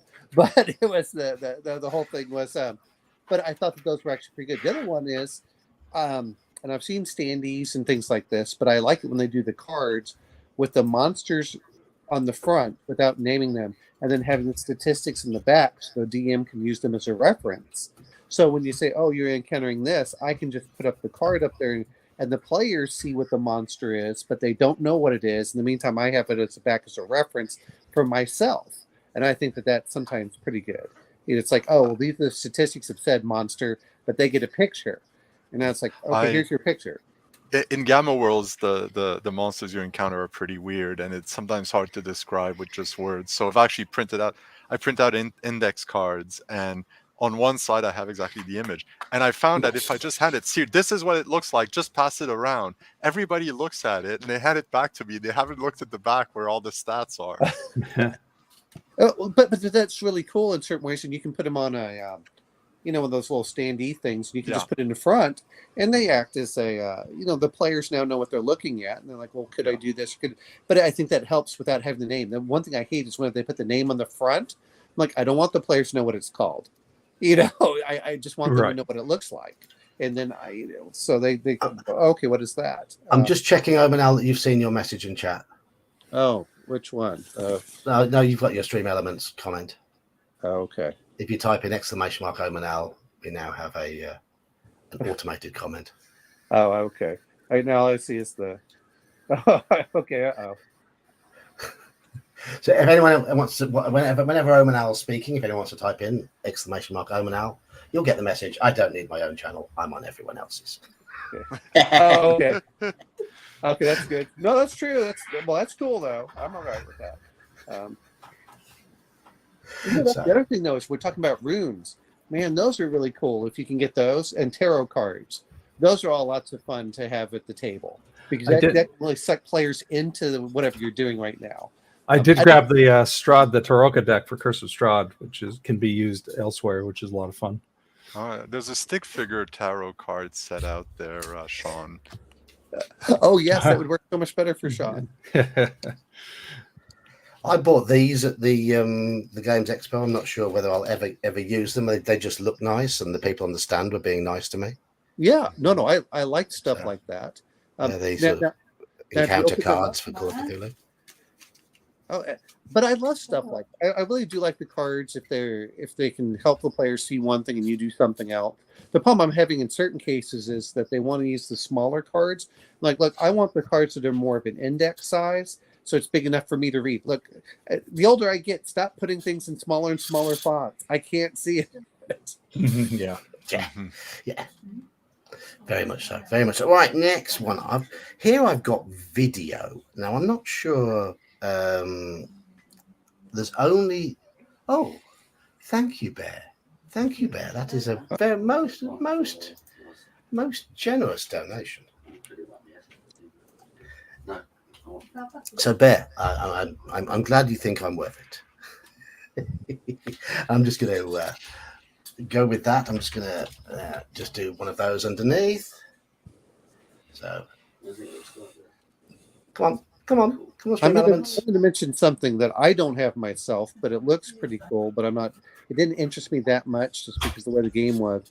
The Blade Runner starter set, where it has all of those handouts. I don't know. Has anyone looked over that? Because that looks pretty impressive for that. It's sci-fi. Do you think I've looked at it? Yeah, that's why I said anyone, John, just not you. No, I know the starter set for Alien is pretty good. I was just curious if anyone had that starter set with Blade Runner, because it actually looks like it has the whole dossier and everything else in there. Trying to run the adventure. Blade Runner would have to be a good enough game for me to actually buy it, for me to want it. So, you mean a good enough movie? No, good enough game. Oh, I don't. The game know. is written to where you can play Blade Runners. Yeah, and that's it. Well, they're adding more in the supplement, and the supplement will add more to it. Yeah, but that's a shit-tastic start for a game, especially for a giant $60 game. Well, I'm sorry, just my opinion, but I mean, if you're going to present to me a game that's set in a world, give me some options. well, for me, I looked at it. Again, it comes down to that it's a very narrowly tailored. That's not really what I want in my game, so I kind of left that off to the shelf. But the fact see that my you video have a few weeks back on specific versus general. I know. But that's the way that I feel about a lot of the things. It's the same reason I didn't back The Walking Dead. I'm like, look, that just seems like it's too narrow for what I want in my games. The show that never ends.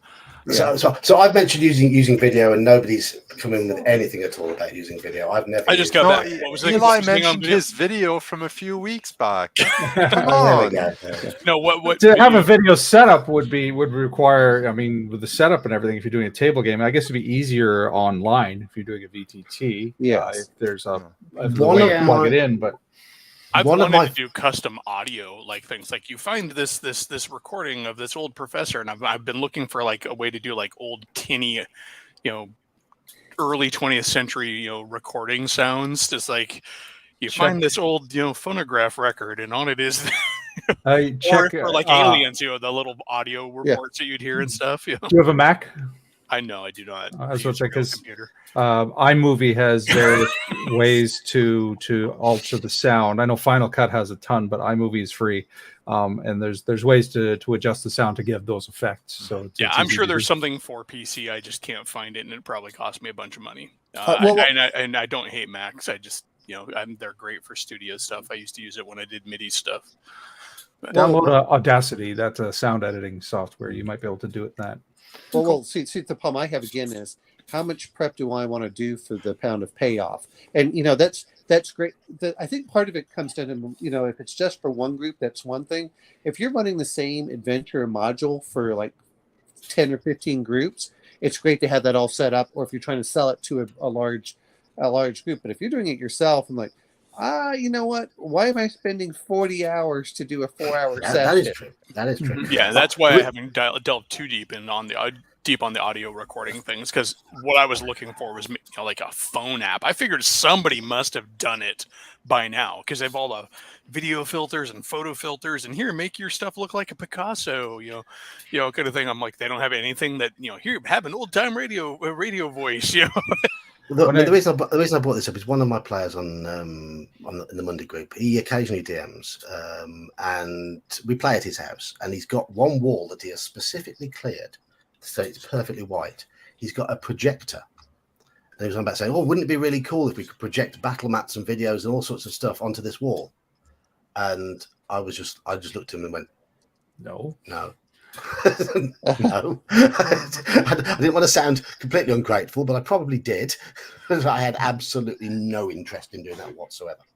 No interest. There's a YouTube channel by this Australian guy, and what he does for his games, I'm like, no, dude. I mean, for my first thought, honestly, John, and see, this is why I'm your friend.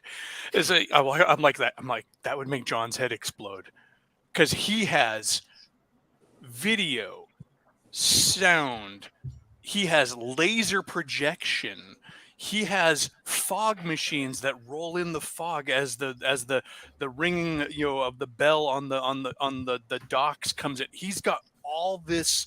He had a sprinkler system that would send down little drizzly mist onto his players. I'm like, no. And my first thought is like, there's you at the table going, Twitch. Thank you, Squirrel. Thank you very, very much. And you are currently on stream at the moment, so I can thank you to your face. Thank you, Squirrel. Well, to a squirrel at least. To a squirrel, yes. There it is. That's right. Cheers, Squirrel. Manfred's mentioned here in Paranoia, he used a tape recorder once. The administrator would ask a question, then press the record button on the tape recorder so that he could take things out of context. That's beautiful. That is beautiful. When I first started running my 5e game, which is all online, it's all on 20, I was experimenting the hell out of various cues and sound cues, and I did little things like they were going to a haunted woods, so I recorded the voices enticing each of the players, right, in various capacities. And they got a kick out of that, but it's like, wow, the amount of effort to get all that set up. Yeah, nothing's worse than doing all that and having just crickets from the table when you're done. Or even better, they decide to go like the other way on the map. Well, that's the thing with like the people who do all the crafted, adventures and stuff. It's like you have a lot of faith in your players. In players to go to that one thing that you built and encounter those figures that you painted. Well, I knew they were going there because we left off a session where they were basically at the foot of the forest. Okay, now I can do this, but yeah, I totally, So when I was running Star Trek, I almost committed the ultimate sin and confused the two. When I was running Star Wars, I did it again. Damn it! It's the shirt I'm wearing. I keep seeing my picture of myself in the Star Trek. I did find a Star Trek soundboard online, and so when we were playing online, and so when they got a communication from the ship, hit the communicator sound, and just kind of little things to add to it. And then I've done that. I did find an Alien soundboard for sound effects from the Alien and Aliens movies, so you can have just like that breathing hallway in the background, or if they the computers have that really clunky early trash 80s sound effects system for their computers. Well, you can't. It's not just for that one. You can do it for Outland. That whole. Well, yeah. It's it's that late 70s, early 80s gritty science fiction, and it was actually more fun than what it is nowadays. You're just like, the computer, tell me this. It's just like whenever you scream for Alexa, tell me this, or Siri, tell me this. You almost feel like you're really in the Star Trek world now, and except for in the Star Trek world, it always works the first time they ask. Oh yes. Yeah. My father asked a question. He was asking how old someone was, and Siri came back and said 575 years old. I'm like, I think Siri messed up. I remember when I could go through my house using light switches. Then my wife decided to go ahead and set up the Googles. Oh yeah, The Oh Googles. Lord, Yeah, hey Google, turn on the living room. man. well, you know what? I do that myself, and everyone's like, "Oh, you're just lazy." I said, "Do you know it actually takes more effort to turn it on and off? The only difference is when I go to bed at night, I just scream, 'Hey, turn off all the lights,' and all the lights go off now." And so Yeah, we had Hey Google, good night, and it turns off all the lights and then turns on the porch light. So Yeah. I mean, and it works because almost all the time there's like something went wrong with with request. light number such and such, something, or it won't say anything and then a light will be on still, and well, okay. It says you have to scream like 3 or 4 times, or like it turns on 3 out of 4 lights. And like bringing that back to topic, that's the problem with trying to use too much technology in your game as a game aid, because it never works quite that well. You'll go to key up that particular sound that you had, and it won't go through, or it'll be the wrong one because you labeled it wrong, or it's not the one you remembered. Yeah. I'm going to bring up one other thing is, we're talking about this, but I had or a friend your kids of mine. hijack your Bluetooth speaker because they select the wrong one. My friend, when he was doing a board, I'm not sure if he's done it yet. He was going to put a TV so it could show all like the VTT map on the board, so we could put the miniatures on top, top of plexiglass, so he could switch everything out. You're talking about these sound effects as they all go through it. I went, all right, you know what? I'm just buying someone else's map or something because it's just cheaper to do that than for me to spend 80 hours trying to get everything where it has the triggers and everything else on there for those same maps. An amusing aside from my holiday, and I'm allowed to go off topic because it's my stream, but Elfbat, you've just reminded me of something that happened on holiday. I was sat in my tent listening to a Cthulhu podcast, which was great. Then all of a sudden, my Cthulhu podcast became Shaggy. It wasn't me, and I was like, "What?" And so I went back to my Cthulhu podcast, and then Shaggy, it wasn't me, came on again. So I swiped off again and went back to my Cthulhu podcast. And then some other rap rubbish started playing. And I was like, Then I realized I'd left my Spotify logged in at work.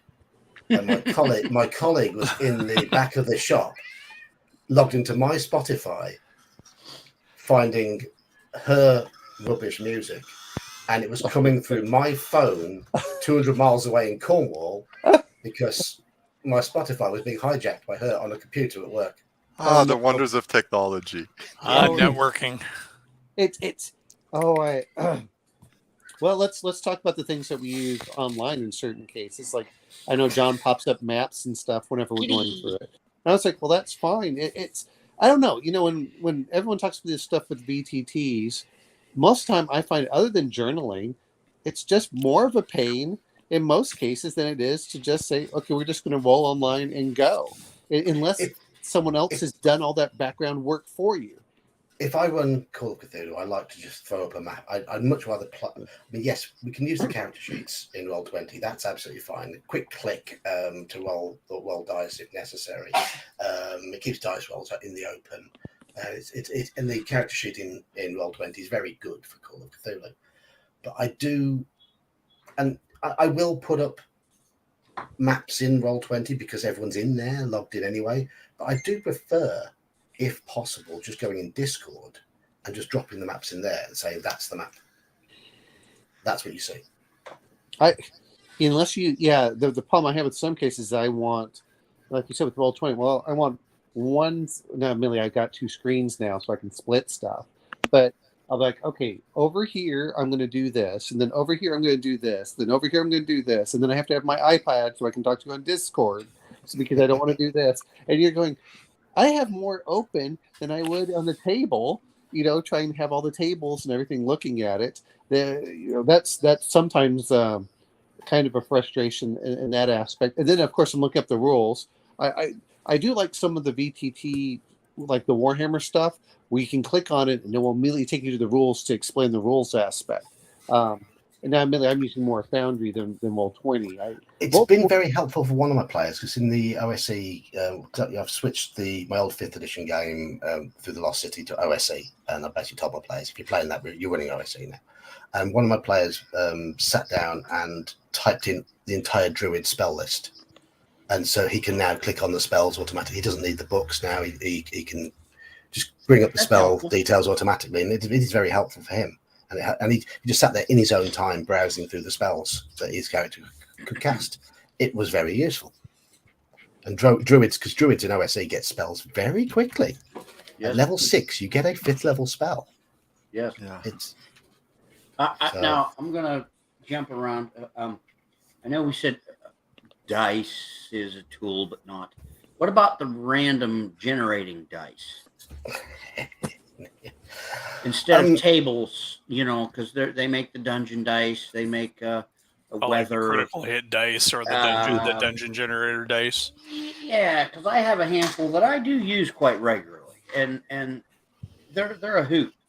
I mean, especially if you're doing something like an OSE. I mean, I got let's see here. It's real simple. It's a yes, no die.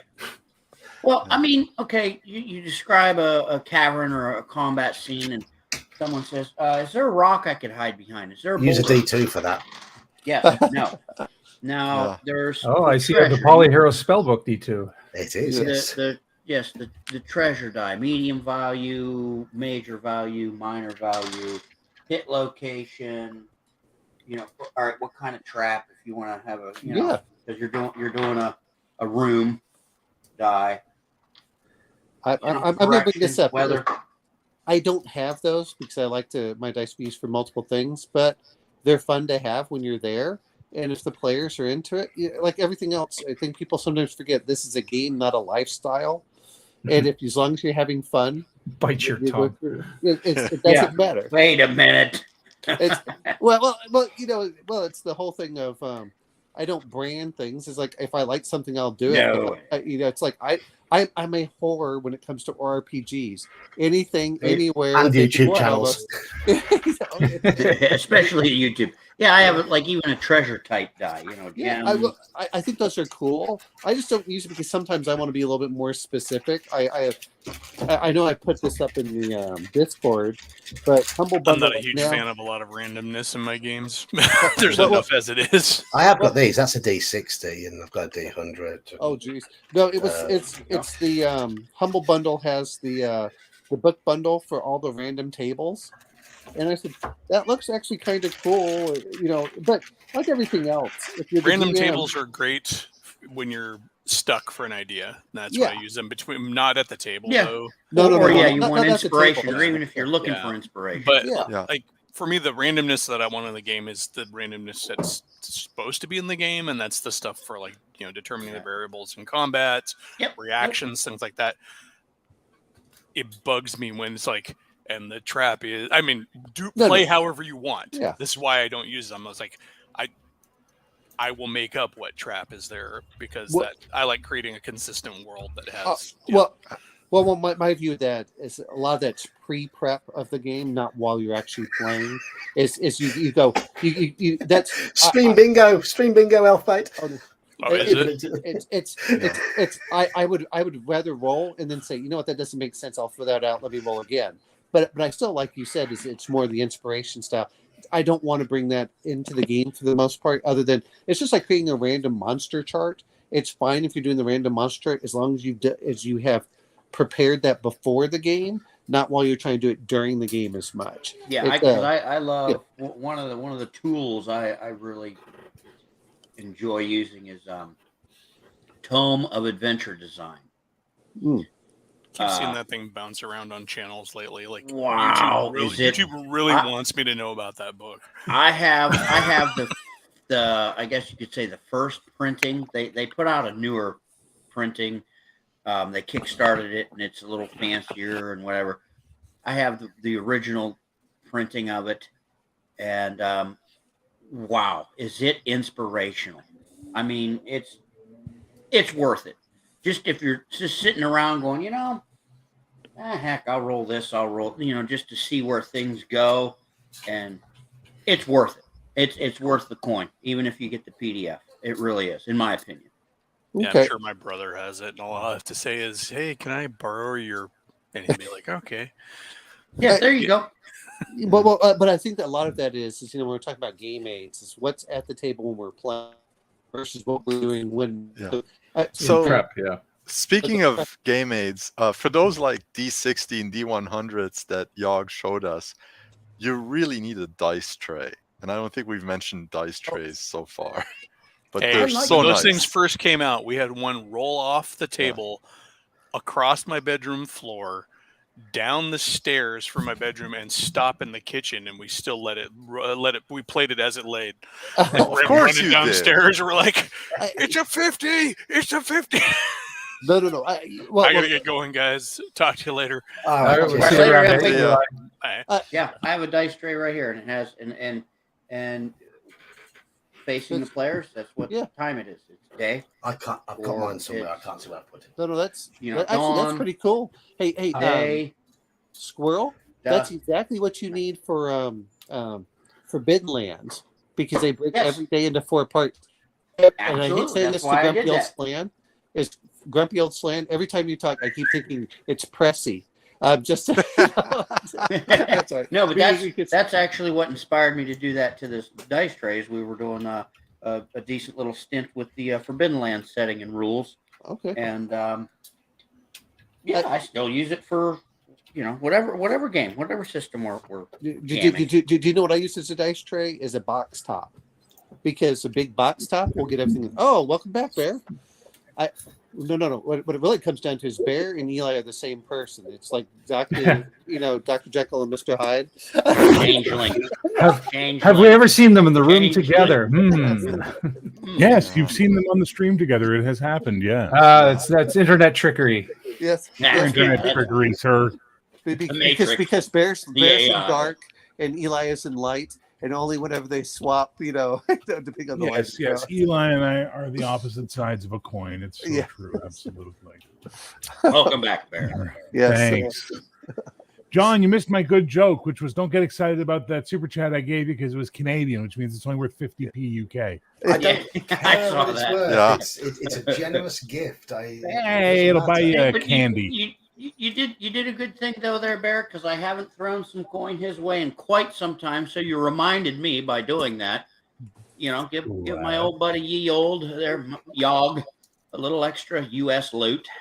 There you go. See, now that's worth something because it's American. See, it's actually well, it used to mean something. Yeah. Anyway, so good timing for Major's comment here. What's this? What does he say? Just activated the chat bot.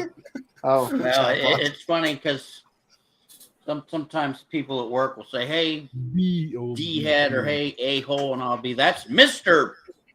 You." Yes. Yeah, no joke. Okay, so real quick, rolling trays are awesome. I think the world of them, and we used to use Milton Bradley Game Top boxes back in the day before we had rolling trays. So or old cigar boxes. My game table's pretty big, so we don't use rolling dice trays, generally speaking. But I have one if I'm playing elsewhere and I don't want my dice to go flying off the table. If I'm playing at somebody else's place or at a restaurant or something. Hey, my 50 millimeter D20s. No one can ever accuse me of cheating with those because I can't hide the rolls. So you guys were mentioning video earlier, and I wasn't here for it, and I was just frothing at just champing at the bit because it's like, we used to go to the friendly local gaming store because we were from all over the city, and it was getting annoying going to one person's house all the time to play. So we found this gaming store that was near a metro station. We could all descend on it. It was great, and we'd rent the back room from them. And the back room had a beautiful table, chairs, you name it. There are restaurants all around, so we could take our meal break, and we'd often go and just buy shit out of the store that we needed, dice or whatever, right there on the spot. So they loved us. But they had a 52-inch flat screen TV. So I would bring my laptop connect it to it physically, and then as we were playing, I'd always have the map of the campaign world showing on the screen. But if they ran into an NPC I had art for, I could throw that up for them. If they found a letter, I could throw the letter up on the screen, stuff like that. So it's not quite video, but it was a video assist, if you will. And it worked really well. Yeah. No. I mean, I think it's great. I can see that. Yeah, that would. Like that what would. if you show up a map or a scene or something like that? Like I was saying, it's the old, they used to have a little box. You just throw it up whenever the player's up there. I think it's great. I think the problem is that too many people are over reliant on aids and and That technology. sounds like nonsense OSR talk to me. Them newfangled things are ruining the game with their new whatever works, as long as you're having fun. Well, that's the point. But I mean, they're over reliant on it and saying, does this enhance? Does it subtract? And if it's done well, it enhances. But if it doesn't work, toss it. Stop getting wed to your whatever's there is your newest. It's just like miniatures. When people came in, I got to play with all the miniatures that I have. And you went, it's taking you longer to set up the game than us just rolling the fight and moving on. It's that. Your point is valid, but you use the term over reliance, which is a judgment call. The language you're using is a pejorative against it by saying it's an over reliance. For those who don't know how to use it properly, it will be an impediment. For those who can use it properly, it's going to be an enhancement. But that could be said about anything we've discussed or you guys have discussed tonight as a game aid. If you use it properly, you use it in the right way, it's going to be fantastic and make the game better. If you use it as a crutch, well, it's not going to overcompensate for your crappy GMing at that point in time. And that's the sad part of it all. Yeah. Good GMing trumps every possible aid, but good aids used properly with good GMing are like spices in a meal. They can just make it that much better. Yes. Well, yeah. Thank you for well said. No. Well said. Absolutely right. But everything else, you also have to feel what works for one group will not work for another group. Even Exterminate. There you go. Yeah. A bit of sci-fi. Uh-oh. But I think that's what it comes down to. Is too many people I've seen is they add everything in and instead of just saying, okay, let's see if we add this and it works. If it doesn't work, you toss it, and if it does work, then you keep it in. And that's how I feel about VTTs, man. I'm done with them. I can't stand the damn things. I don't. That's the problem that I find. I've never really used or played them. I like to experiment with them. I don't mind VTTs, but I want it to be relatively seamless, or to use it more as a journaling aspect rather than trying to. If it slows down the game, stop using it, or stop. Or cut as much of it out as possible. That's why, when John does his stuff, what do we do, John? We get a character sheet, which sometimes I tend to lose, and we get a map and whatever's in there in the Discord, and that works perfectly. Or if we're going to use a Roll20, I can see a character sheet in there, and that's it. I don't need any more. I don't need any more for 5 years, maybe. Another 5 years, maybe, and I'll be retired, and I'll just travel and stop by. Once I have a monthly game in person. Maybe I'll go see Bear. Maybe I'll see Ye Old. Maybe I'll see Sean. Maybe I'll see you, Omen. Don't come see me. Just don't come. Stay away. One more. You know what I mean? Because well, think about it though, man. That's kind of the dream. You got a monthly game, and you got 5 or 6 people, so you got a good little rotation in between travel and seeing friends, and then being at home or whatever. I mean, come on. Sure. Okay, one more question. Character creation, it's game aids in there. Is the automated character creator, instead of you trying to get everything perfect. I love them myself because it speeds everything along and automates, and the players don't get,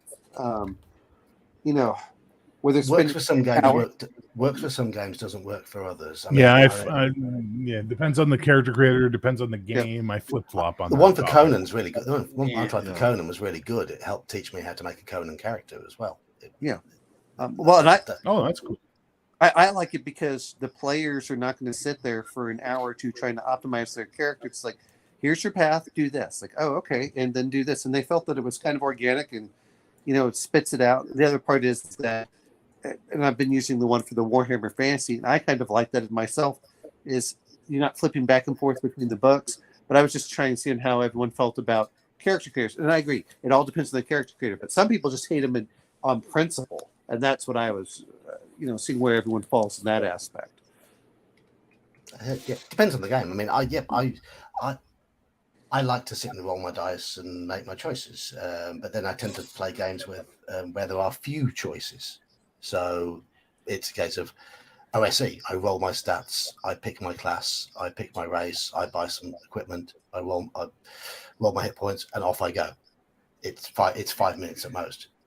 Yeah, for something like a one shot or something. Yeah, click the generator. Go. Here's your characters. Click 5 times or whatever. Here you go. Take your pick. Let's go. Let's go. If you're planning on doing something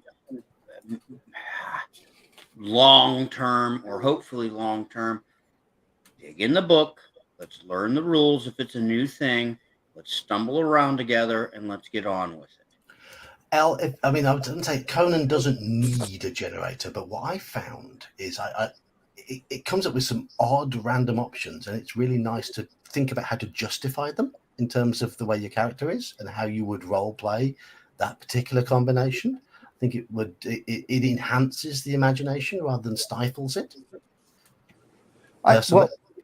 Part of me for the character generator is it makes it a lot nicer whenever they have to buy items and things like that, and it double checks to make sure that they have valid characters. And I'm not trying to say that it's not that you don't trust the players. It's like I don't really care, because if you're 50 years at this point, if you're 50 years old at this point, you're probably not even cheating, because you find out by cheating you're actually making the game worse for yourself than better. Exactly. So a lot of times, though, I got mad using GURPS as a perfect example. Look, am I doing this right? Am I getting the points right? Am I doing this? Am I missing stuff? And you go through, and it's like, boy, character generator removes all that thinking for me, having to do all that math to make sure I got everything properly. Like, okay, this is a valid character. Check. Okay, and by item. You need to look at some of the characters we're playing in OSE and how we're justifying some of those. I mean, isn't that right, Slan? Some of your stats. Oh yeah, they're just. I've got such great stats. Everybody knows I cheated to get. Oh, absolutely. He's playing a cleric with a strength of 4 and an intelligence of 4. Well, nice. Well, here's what I'm going to laugh at: is if Slan gets up to like 6th or 7th level, and everyone else dies off at 3rd. He'll probably be one of the most long-lived characters. Such is the irony of low roll. No, I'll still be alive and still at 1st level. Oh. Yeah. Well, yes, because every time you play, it's like, what do we roll today? Oh, you get copper pieces. Like, what? Sean's only getting advancement by killing everything. Everyone else will get money. You get experience for actually getting gold. Finding the loot. Yeah. Every session you've played has been 200 XP or lower, and you've missed the 2 sessions that are 500 XP with the big yields. Yeah. Yes. Yeah. Yes. But that's what I mean by a lot of that is especially. I'm going to mention being a horror that if you start, because you're buying equipment, and equipment is what takes forever, not the stats. Whereas D&D tends to be. That's why I kind of like some of these ones that they don't have these long lists where you have to buy everything. That's just not any fun. Let's just move. That's actually why I like your Call of Cthulhu. It's like when we were playing what was the one, Forget Me Not? You're like, well, do I have a cell phone? And you're like, oh, well. Or your luck. Yeah. Well, make it look well. Yeah, exactly. Have you got your cell phone? Yeah. Passed it? Oh, yeah, you've got it. Fail it? No. Yeah. You don't know where it is. Or it's broken. Yeah, or it doesn't have any charge. It makes a lot more sense from that aspect to do it, rather than trying to say, all right, I want you to write down everything you would have. You're like, what do I have on me in real life? And hey, if you have a wife, it's like, honey, what do you have in your purse? Because I'm trying to see what my character would have. The whole world. Yes. Yeah. The bag of holding in real life, except it's 60 pounds. So any woman's purse. Yeah. I would like to distance myself from the pejorative and sexist comments being made by the other panelists at this moment in time, in case any women are watching this, because I still too late. Damn it. Guilty. Damn it. Guilty by association. Damn it. How many in the panel? One of us. How many in the panel are currently married? I'm sorry, what? How many of us in the panel are currently married? I think it's just you, John. Well, I thought Yeah. you were Are you married? Oh no. Oh, okay. I'm not married. No, we consider each other, but okay, that's fine. Legally, legitimately. Okay, that still counts. You have a significant other. Yeah. Yes, I do. Yes, yep. I will not I deny have that. had significant others in the past, but I'm not currently beholden to Zadarok, Zadarok, she's like I joke, the old battle axe. Nah, she's a wonderful broad. She's a wonderful woman. I'm going to say it's as much to bear as I disavow everything he said towards women. And yes, I am going to be completely sexist and stereotype you. Anyway, sorry. Hey, I'm still a charter member of the He-Man Woman Haters Club. Okay, now that's going back to a time no one's going to remember, man. Come on now. You can't make our gang Little Rascals references and expect the kids today to know what you're talking about. I'm talking amongst us, brother. Amongst us. Come on. I will say this much. I still love women. I'm just not willing to put up with the hassle of them anymore. Yep. I'll put up with it. I will put up with the hassle happily. I mean, happily. Ladies out there, Bear will put up with you. There you go. Bear has figured out something being single through pandemic. I'm going to kill myself by accident one day. It's just going to happen. I need someone around to keep me alive. He needs a voice of reason, lady. Well, he has cats. I need someone who goes, why are you picking that up with a towel and not pot holders? What? Like, that's what I need. Why are you work on that hot pan, honey? Why are you toasting bread in the bathtub? Well, wait. Stop. I didn't want to get out of the bath. Wait. Stop drying your hair in the bathtub, okay? Along with along with that lamp oil that we have the candles. I think we're a little off topic. Hold on, I got to type in this section.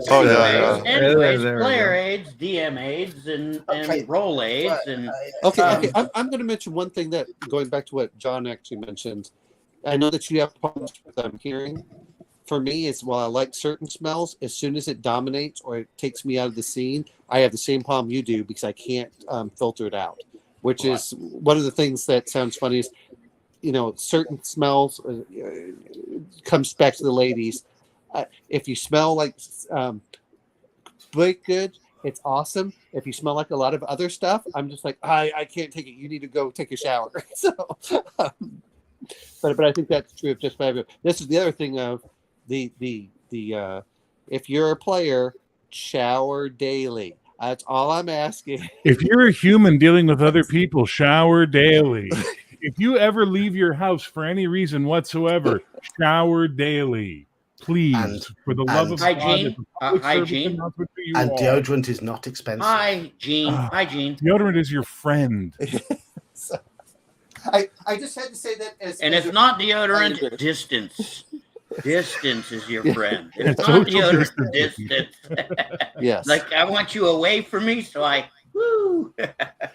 If our friend Bruce Lombardo can do such things, you can too. Because Bruce is a plumber, and so he always showers as soon as he comes home. Like, it's why are you taking shots at Bruce Lombardo? I'm not taking shots at Bruce Lombardo. I'm saying that felt like a shot being taken at Bruce Lombardo. No. It's exactly the opposite. I said if Bruce Lombardo, claws in kitten, I'm messing with you. I know. No. Bruce is awesome for the whole thing. It's like if Bruce does it, you can do it, and because he works as a real man, for that. I think you need to change the word owl to terrier because once you get your teeth into something, you will not let go. So you are Omen Terrier from now on, sir. Chihuahua.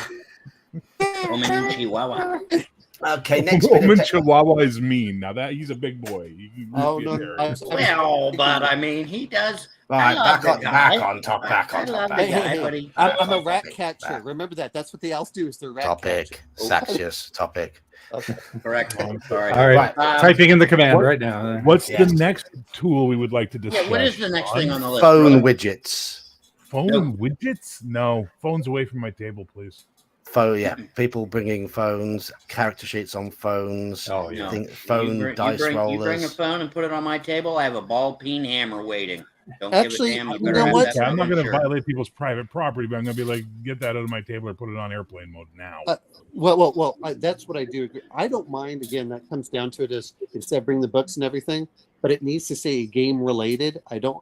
And here's the other part. While we're talking about phones, don't forget that we, back in the day, we used to do secret messages and pass them amongst players.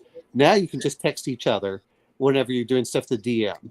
So it's not that I'm against it, like everything else. if it's used properly, it's fine. If it's taking you out of the game, that's different. And you know, I have my iPad. If you want to go through it, it's like, what's on your iPad? I'll just spin it around. It's like, there's my character sheet, and I've been marking. I will say, having phones is good when you're playing Paranoia.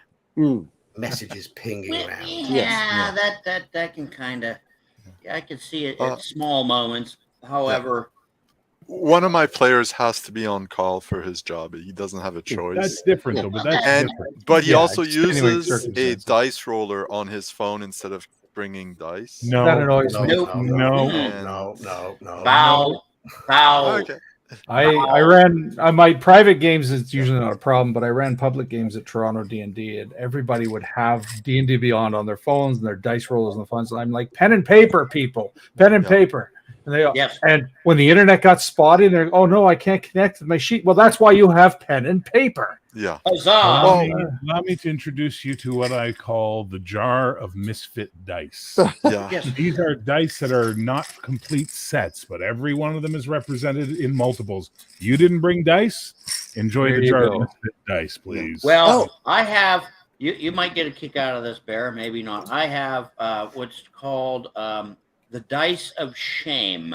Ah, yes. I bought a crocheted D-bag. Yeah. Oh, we've seen this. You've shown this on screen. The dice Phrasing. The dice have some male members in the clear. So if you forget your dice, I have players that leave their dice at the table when they leave. No, I agree with you on that. That's why I was mentioning sometimes with dice is like, look, you're gonna have this. Here you go. Here's a bucket of dice or whatever. Because sometimes players forget, sometimes they don't. I don't like. How do I want to put this? It would be cool if it kind of had. It doesn't have the same feel if you're at a physical table to roll the dice. And I'm gonna mention Foundry. I like Foundry's dice so nice because it sounds and it gives a facsimile enough of the dice that I'm okay with it. But man, the stuff on the phone, I'm just like, no, it's a random number generator. Roll some damn dice so we can feel that excitement. And what if it kind of cocks itself? You're not quite sure. You're like, do we count that or not? Do I have to re-roll? It allows that instead of it being instantaneous. Your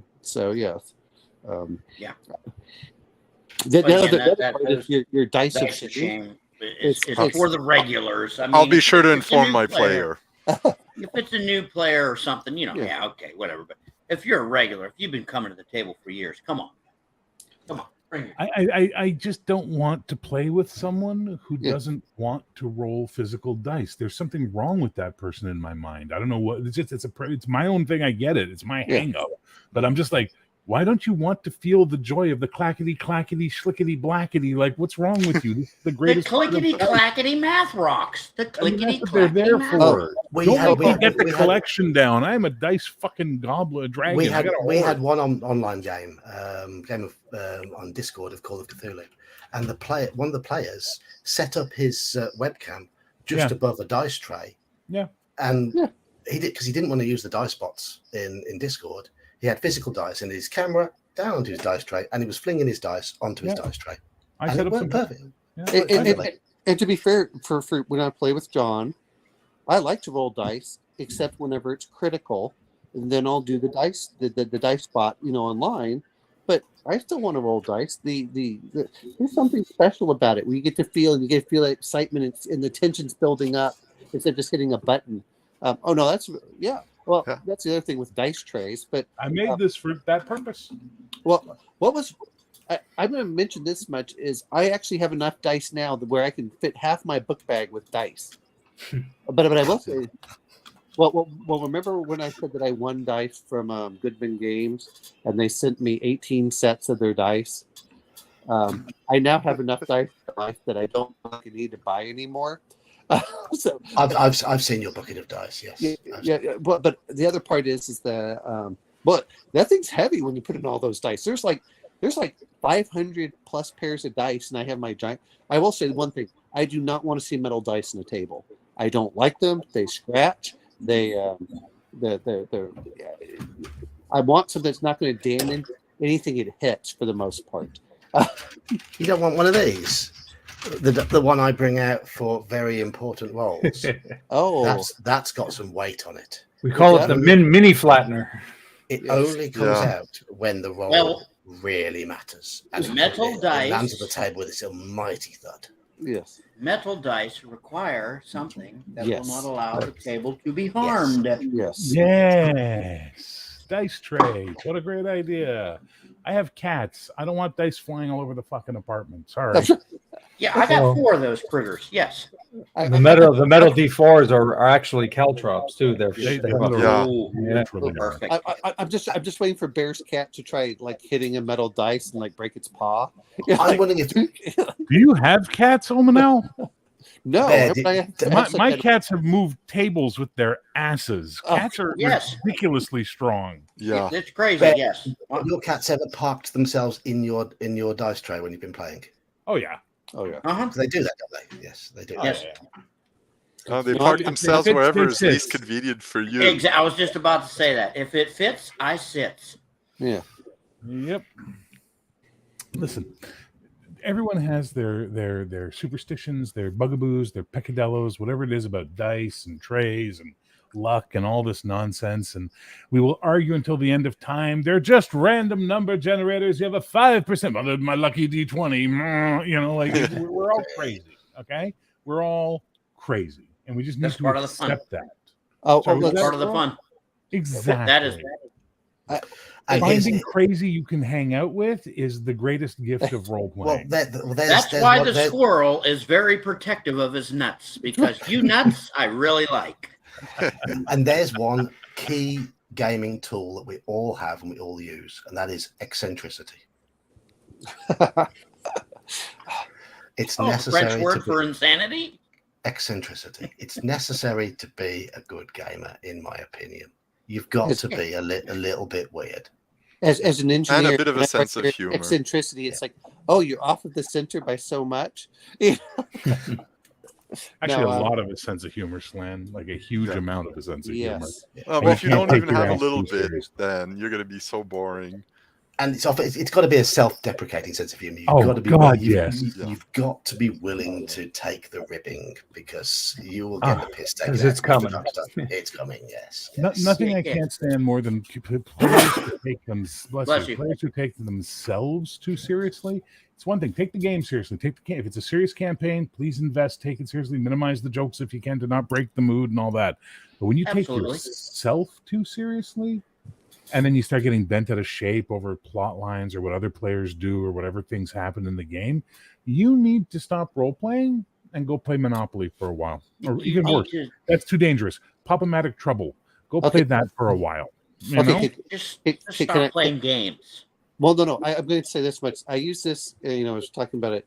I use this to weed out potential women I want to date. Is I take them miniature golfing, and you can see the kind of personality you deal with, because people that are very competitive hate miniature golfing, and if they get angry playing miniature golfing, it's like, yeah, I probably don't want to be around you. And it's the same. What's thing wrong with for being role-playing competitive? What's wrong with being competitive? I'm Well, absolutely. it's one thing to be talking competitive, about? but be angrily competitive. It's like the ones that just like start whacking at Yeah, the at the thing overly, and- overly aggressive, having Yeah. just trying to have fun at a game. Yeah. Yes. No, I That's what get mean. where you're going with that. Yeah. That's one way for at least to maybe get a bit of a red flag, yellowish flag. Yeah. Yeah, I get it. I get where I you're mean, going with that. I'm soft as anything, nice as pie to people. Put a judo suit on me, and I'm morph into something savage. Well, I've dealt with very competitive. Don't they just hold you by the forehead and keep you at bay?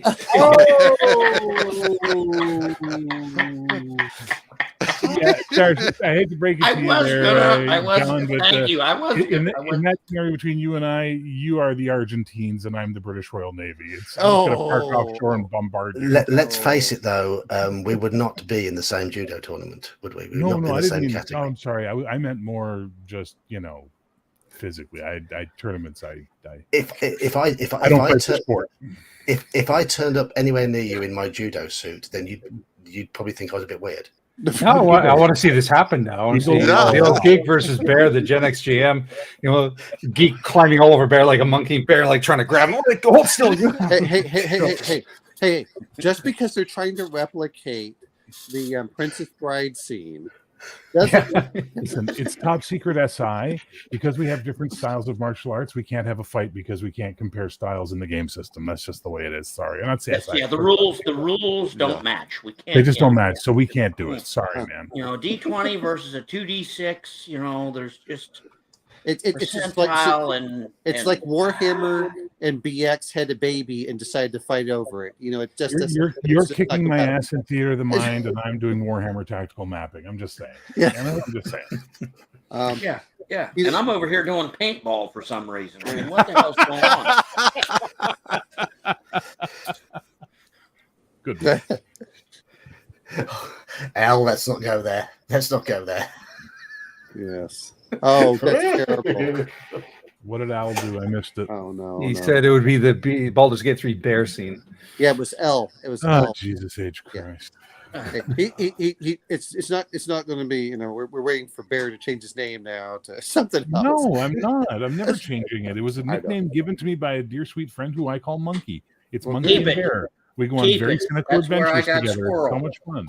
You know what that reminds me of? Is Bear. That's just reminds me of Tailspin.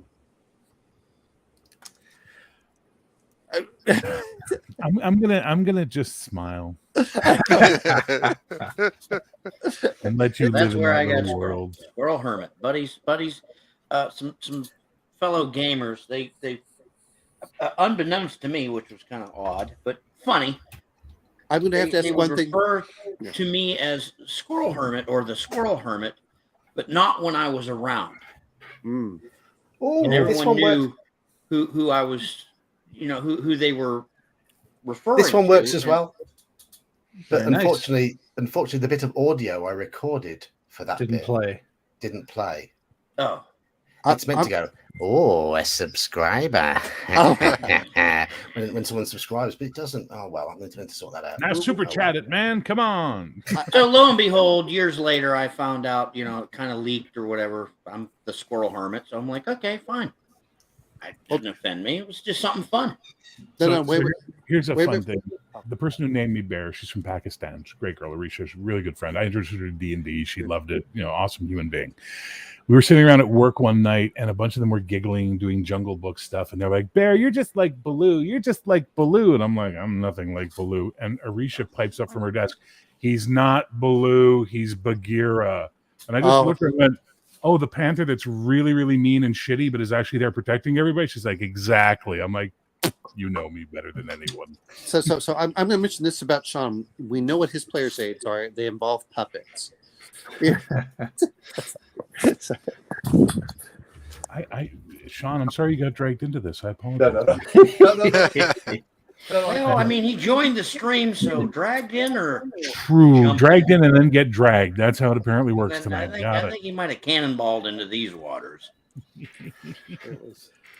Sadly, my players aren't that committed. They just like to show up and play, and they don't even do their homework mid-game or between sessions.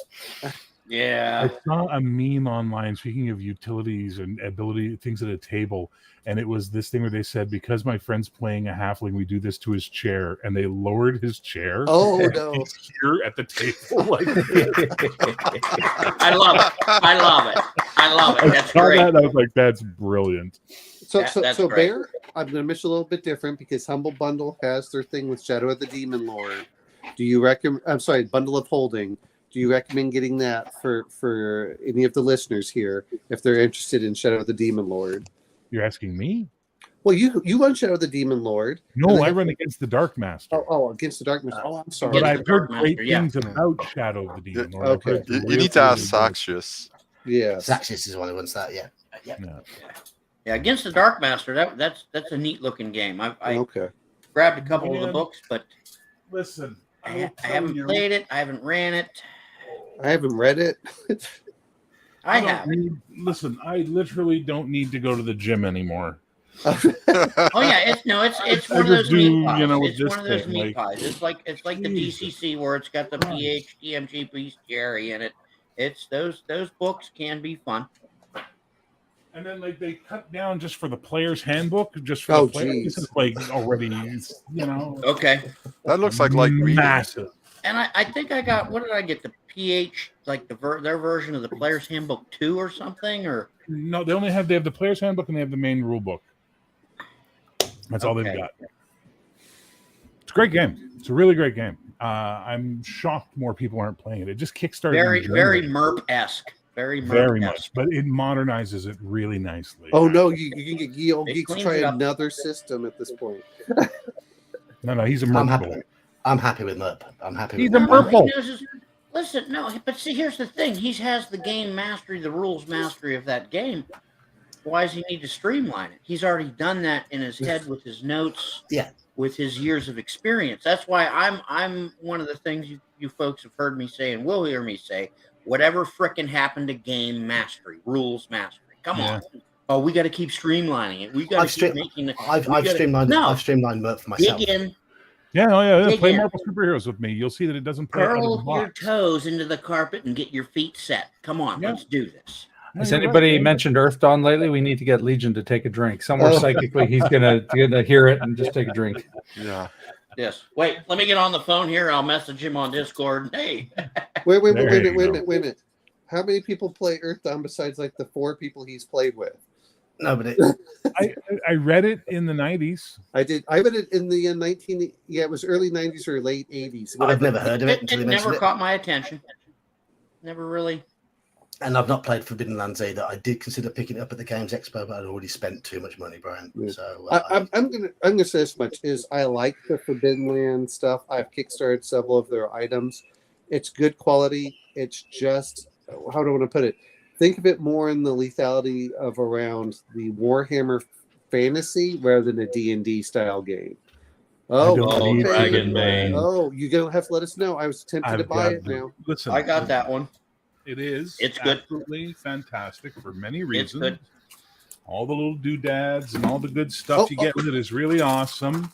You get some nice green dice. Hey, Bear. This map. Ooh, hey, Bear. Of all the aids that they have in there, which ones would you be using at your table? Because we've been talking about game aids, and this has plenty of them in there. Well, I probably use everything, really, to be honest, because it's all that good. It's all that good. It's a really fantastic thing. I understand why it did so well on Kickstarter. I understand why people are responding to it so well. And honestly, I have a bunch of stuff from Free League. They've been so generous to my channel. They've sent me PDFs, everything. They send me print copies of stuff. They're amazing people for review stuff. But this I bought. This I backed.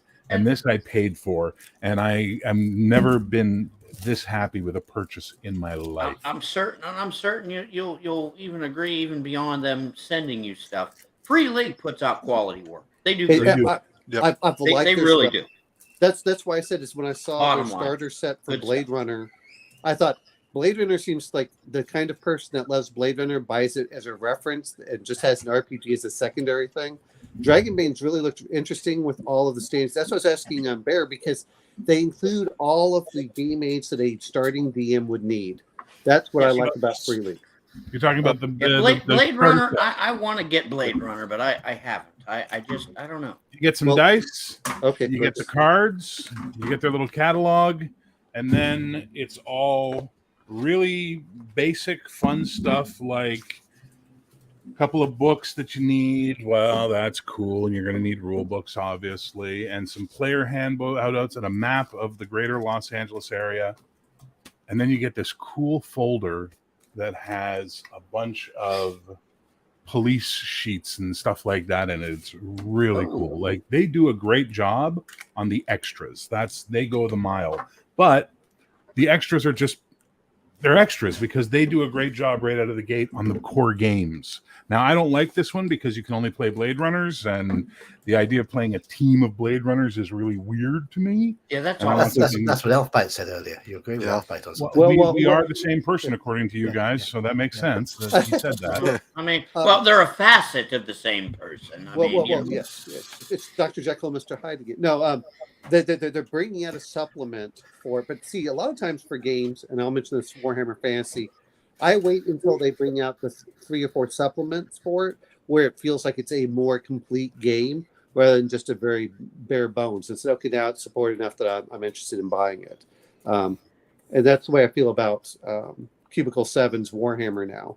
When I first got it, it's like, but now they've got enough to support that. So yeah, I feel like it's really a full fleshed out game that I can add or subtract parts to it. But no, that was what I was asking, Bears, is because we all talk about game aids, it comes with all these game aids. It really seems like it's great for a beginner DM to go, here you go, and I have everything I need for my players, and I can just play with it without having to add all these weird extras and everything, and the players get immersed with it as well. That's why I was asking you, because you actually have those box sets. Yeah, well, Slan, if you're interested in the Aliens stuff or the Blade Runner stuff, I'm going to be going to Valais in the next couple of weeks and selling a lot of my stuff. So, okay. Oh wow, really? We'll go grab them cheap there if you want afterwards. Maybe. We're gonna go Clear see some shelf often. space. Sorry, Squirrel. The- Sorry. I said, yeah, clear some shelf space. That's what I've been Well, I'm doing. moving, so I got to basically minimize my existence. You coming up? You standing there like an asshole? What are you doing? Hey, whoa, easy. Come on. There you go, Kitty. dummy. You big But no, that's awesome. I really like the alien stuff they do for their handouts and everything, and I like the cards they have, their little asset cards, or the what's the other cards they have, the your mission cards, basically, the little character cards for every act. I think that really helps out a lot for the players to know, well, what do I do in Act 1 because it's kind of, their self-contained modules are really cool as 3 or 4 shots, I think. They'll take you about 12 to 18 hours to play or something like that per box set, which is great because it's hard enough to get players to play regularly on any game without real life intruding. Speaking of little bits you get with games, something I just found on the floor when I was just digging around earlier. Do you recognise that, Bear? What is that? I can't see it. I'm sorry. What is that? It's the Radioactive Man token from nice. my Marvel Superheroes box set. Oh, sure. Which edition? For the first one. Oh, the yellow box? Yeah. Oh, the basic, so to speak. Wasn't the yellow the basic? This one? Wow. That one, yes. Yeah. That one. Yeah, Look I got at that. Radioactive Man. I have You're that talking one. about these. Yes, Yeah. those, yes. I have. It's one Yes. of those. Oh, It's landing on the floor. One of my cherished. the old Star Frontiers where they had all the tokens and everything. That was a great self-contained box, for playing the game. I just sold one actually. Yeah. Oh wow. To Shadow? No, Shadow? Len from Lakeside Games bought it. He bought a bunch of my okay. stuff. I mean, but I Hey, really good for you, man. Dude, listen, I had to move. I had to raise money, and the way to raise money was to buy stuff. Sadly, there was someone bought a rules cyclopedia off me, and it fell in the tub. Oh, So the way to raise funds is to buy stuff? He Can you rolls it explain around how in the that cat's works? litter. Yeah, the cats got at it. They started eating it. No, Sean bought it from me. It's going out in the mail on Saturday. Oh, cool. Sean. Relax, squirrel. It's like, no, Rules not cyclopedia. rules cyclopedia. You mother, I oughta. Sorry, I- Slam, I missed that joke. What did you say, sir? I said, because you said the way to raise funds was to buy stuff, and I just wanted No, to know sell. how that To works. sell. To sell the stuff Yeah. I've bought is how I should say that. Sorry. Yeah, no, I know. It I was just productive because today, if Bear. you crack that way to buy stuff and raise funds at the same time, I'd love to know how, because I could. Ça vaut la peine de faire des drogues à ce moment, mon vieux. Ouais, en effet. T'es mieux d'avoir du bon stock. Ça s'appelle crack. You buy it and sell a lot. Qu'est-ce que le fuck? Oh, crap. Oh, okay. Crap. By the speaking way, like- Bear, I was productive today. I wrote up my weapon mastery video, so I should actually get that filmed fairly quickly. Ooh. Cool. I'm going to ask something because we were talking about Free League. Which box sets do you think were the best for having all of the game aids, everything else in our last few minutes here? Dragonborn. Dragonborn. Dragonbane. You like Of all Dragon the Maid? ones You I've know what? seen- I like the One Ring. That they did good. Forbidden Land was good too, but I hated the style of the game that was Forbidden Land. I love the art. The art inside was so cool. Yes. Star Frontiers back in the day, I thought was great for having all of those aids as well. And now you're showing the same thing with the old Marvel superheroes. Oh, Marvel Phase Rip, Marvel Superheroes is the advanced set, had everything you could ever want. It was amazing. Yes. Actually, sorry, it was more. It was monstrous. Maybe unearthly. And that's why I'm asking. would Class everyone buy 1000. Ooh, it was beyond. So which other ones? John, you bought the Call of Cthulhu. How would you rate that one for having as a starter set with for a new game master with game aids? How would you view that? Yes. Wonderful. In this box set, you get a set of dice. You get a set of adventures. Ooh. You get an introductory rule book, just enough to teach you the basics. Nice, simple, thin rule book. You get a solo adventure, which I've run on Friday nights, Alone Against the Flames, which I believe Halakar has run for people, I think. You get your handouts for the adventures. You get thing advertising an app, which I've never bothered. You get sheets. You get pre-made characters for the adventures, and it's absolutely perfect as a box set, as a starter box set for a relatively cheap price to get someone into the game. So I'm going to show you something, Omanal, that's going to make John probably cringe and hide or hold up a cross like he saw a vampire. But the greatest literal starter set I ever purchased in my life, so much that I purchased 2, is the Pathfinder 1E beginner box. This thing. Where's the mute button? It gives you dice. It gives you character sheets. It gives you a dry erase battle map, cardstock battle map. That's like a $20 value on its own. No, thank you. It gives you a really streamlined, amazing edition of the rules that are probably the best D&D hack I've ever seen in my life. And it was $40 Canadian. I think it was 25 American when it came out. That ain't bad. That's not bad. I did appreciate Pathfinder. That's a nice box set. When they came out at the time, I did appreciate those folks at Payezo and what they were doing, so to speak. Other than that, the rules and such. I absolutely hate Pathfinder. I think it is one of the most overcomplicated, stupid game systems built upon an earlier. Like I said, I appreciate what they were doing. Hang on. The beginner box is not Pathfinder. It's almost like a basic Pathfinder, like the old basic D&D mentality. It's like their version of basic. It only has 5 levels. It's streamlined. It's beautiful. Plays really well. Yeah, I appreciate, like I said, the intent of what they did when they did it. Let's get away from this company. Let's do our own thing, whatever, because the company, we know who I'm referring to, dropped the ball with their 4th edition. I appreciate that, but other than that, that game isn't for me. No. The Sorcerers of the Shore? Something like that.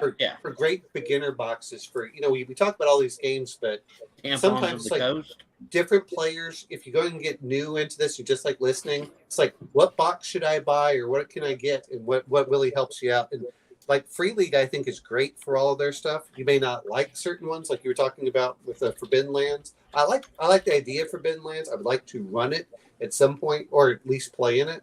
But it's hard to get 5e players to shift. Man, once they're locked into that ecosystem of 5e, it's almost impossible to move them out in many cases. I've never seen the Star Wars D6 intro box set because it's sci-fi. I have no idea what it's like. But I'm okay. I saw the hardback book for myself. Nighthawks and for Star Frontiers. The old Indiana Jones, which I don't remember too much of, but I had that back in the day. The box sets that are out there, I don't even know about the 5e box sets, because I always bought once you're familiar enough, it's like I don't need all this other stuff, but I don't know how those work out. But I like box sets as an introduction to any game system for new players, where the DM feels like they have everything, and it allows them to say, oh, okay, and gets their creative juices flowing, and then they can just run with it instead of saying, oh, by the way, I would like you to read 600 pages of books to run a game. I'm like, that's just too much for beginning players or beginning DMs. Yeah, if I do agree if you're trying to entice some new folks, but however, all right, if you already have the fever for the flavor, yes, here's the book. Well, Well, that's for us who are have been through so many things. I think John being the one person that's actually played the least number of games. I don't know about Grumpy Old Slam, but the rest of us are pretty much RPG whores. We're not just Whoa.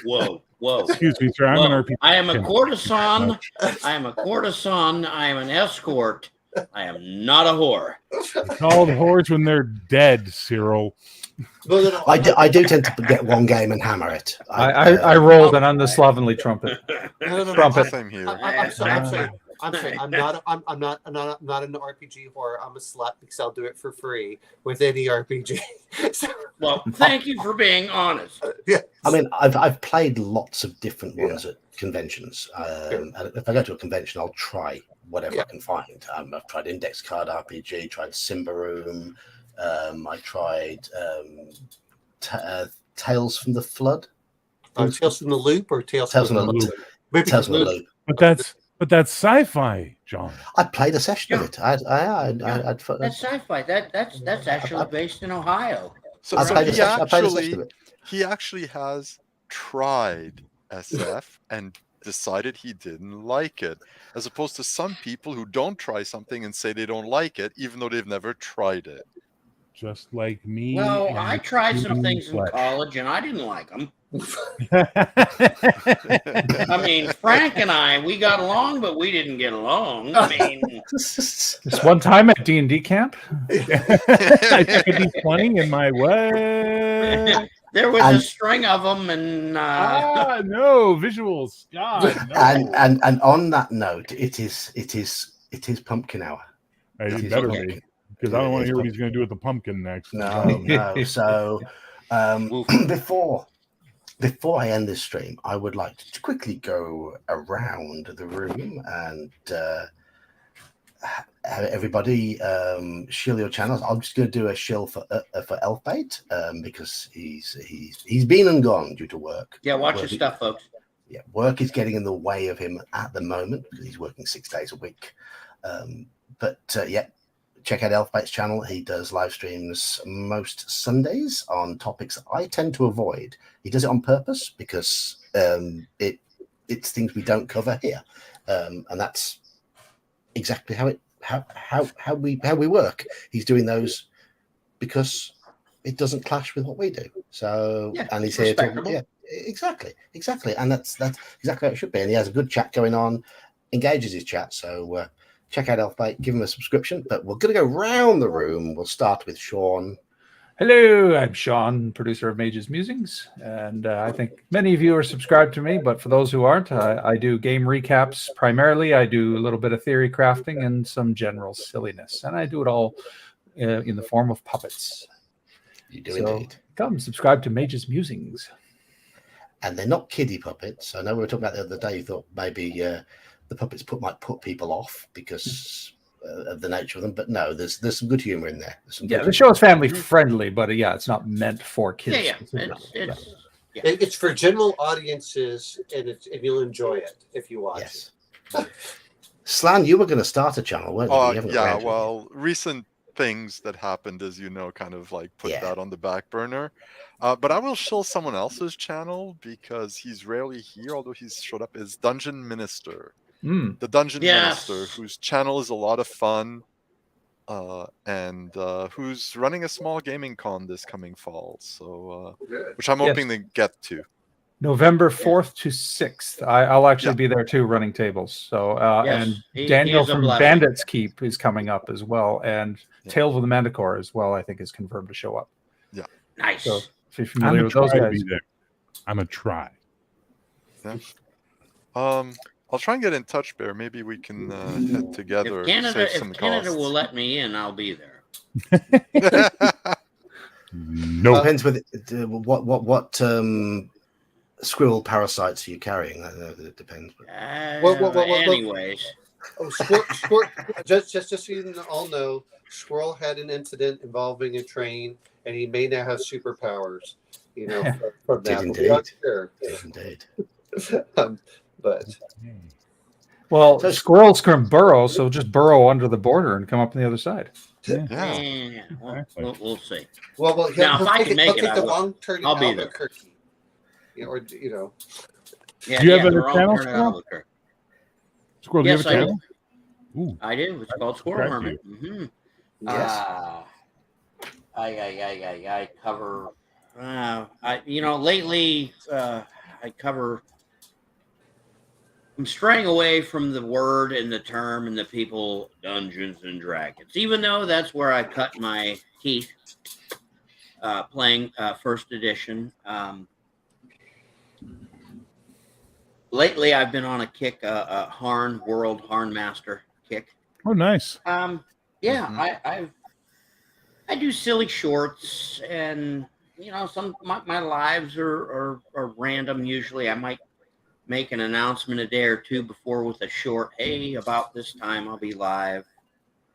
I'm just having fun. I've been having fun. I've been inspired by folks such as Ye Old and Hungar's brother James and a couple other nut jobs, so to speak, on YouTube a year or two back. And I'm like, you know what? I'm going to do it too. I'm going to have fun. So here I am. Nice. Good. Omanal, as we know, I'm just going to just quickly put the Omanal comment back. If I can just actually hit the right keys. I don't want to put the effort to creating videos. It's just more fun to talk to you guys from the social aspect than anything. And everybody is welcome on my channel whenever I do. I'll throw out invites and when I'm live. The chatbot describes Omanal, if it all worked. There we go. He doesn't need his own channel. He's on everybody else's. So. Yeah. Omen's been on my, everyone. Well, Grumpy and Bear, you two have yet to appear on my channel, but I got like 100 and some subscribers, so it's not like going to be a. You've got more than that. I thought you had about 300 or 400, haven't you? No, I got like 180. I'm shadow banned by YouTube. They don't like me. Oh well.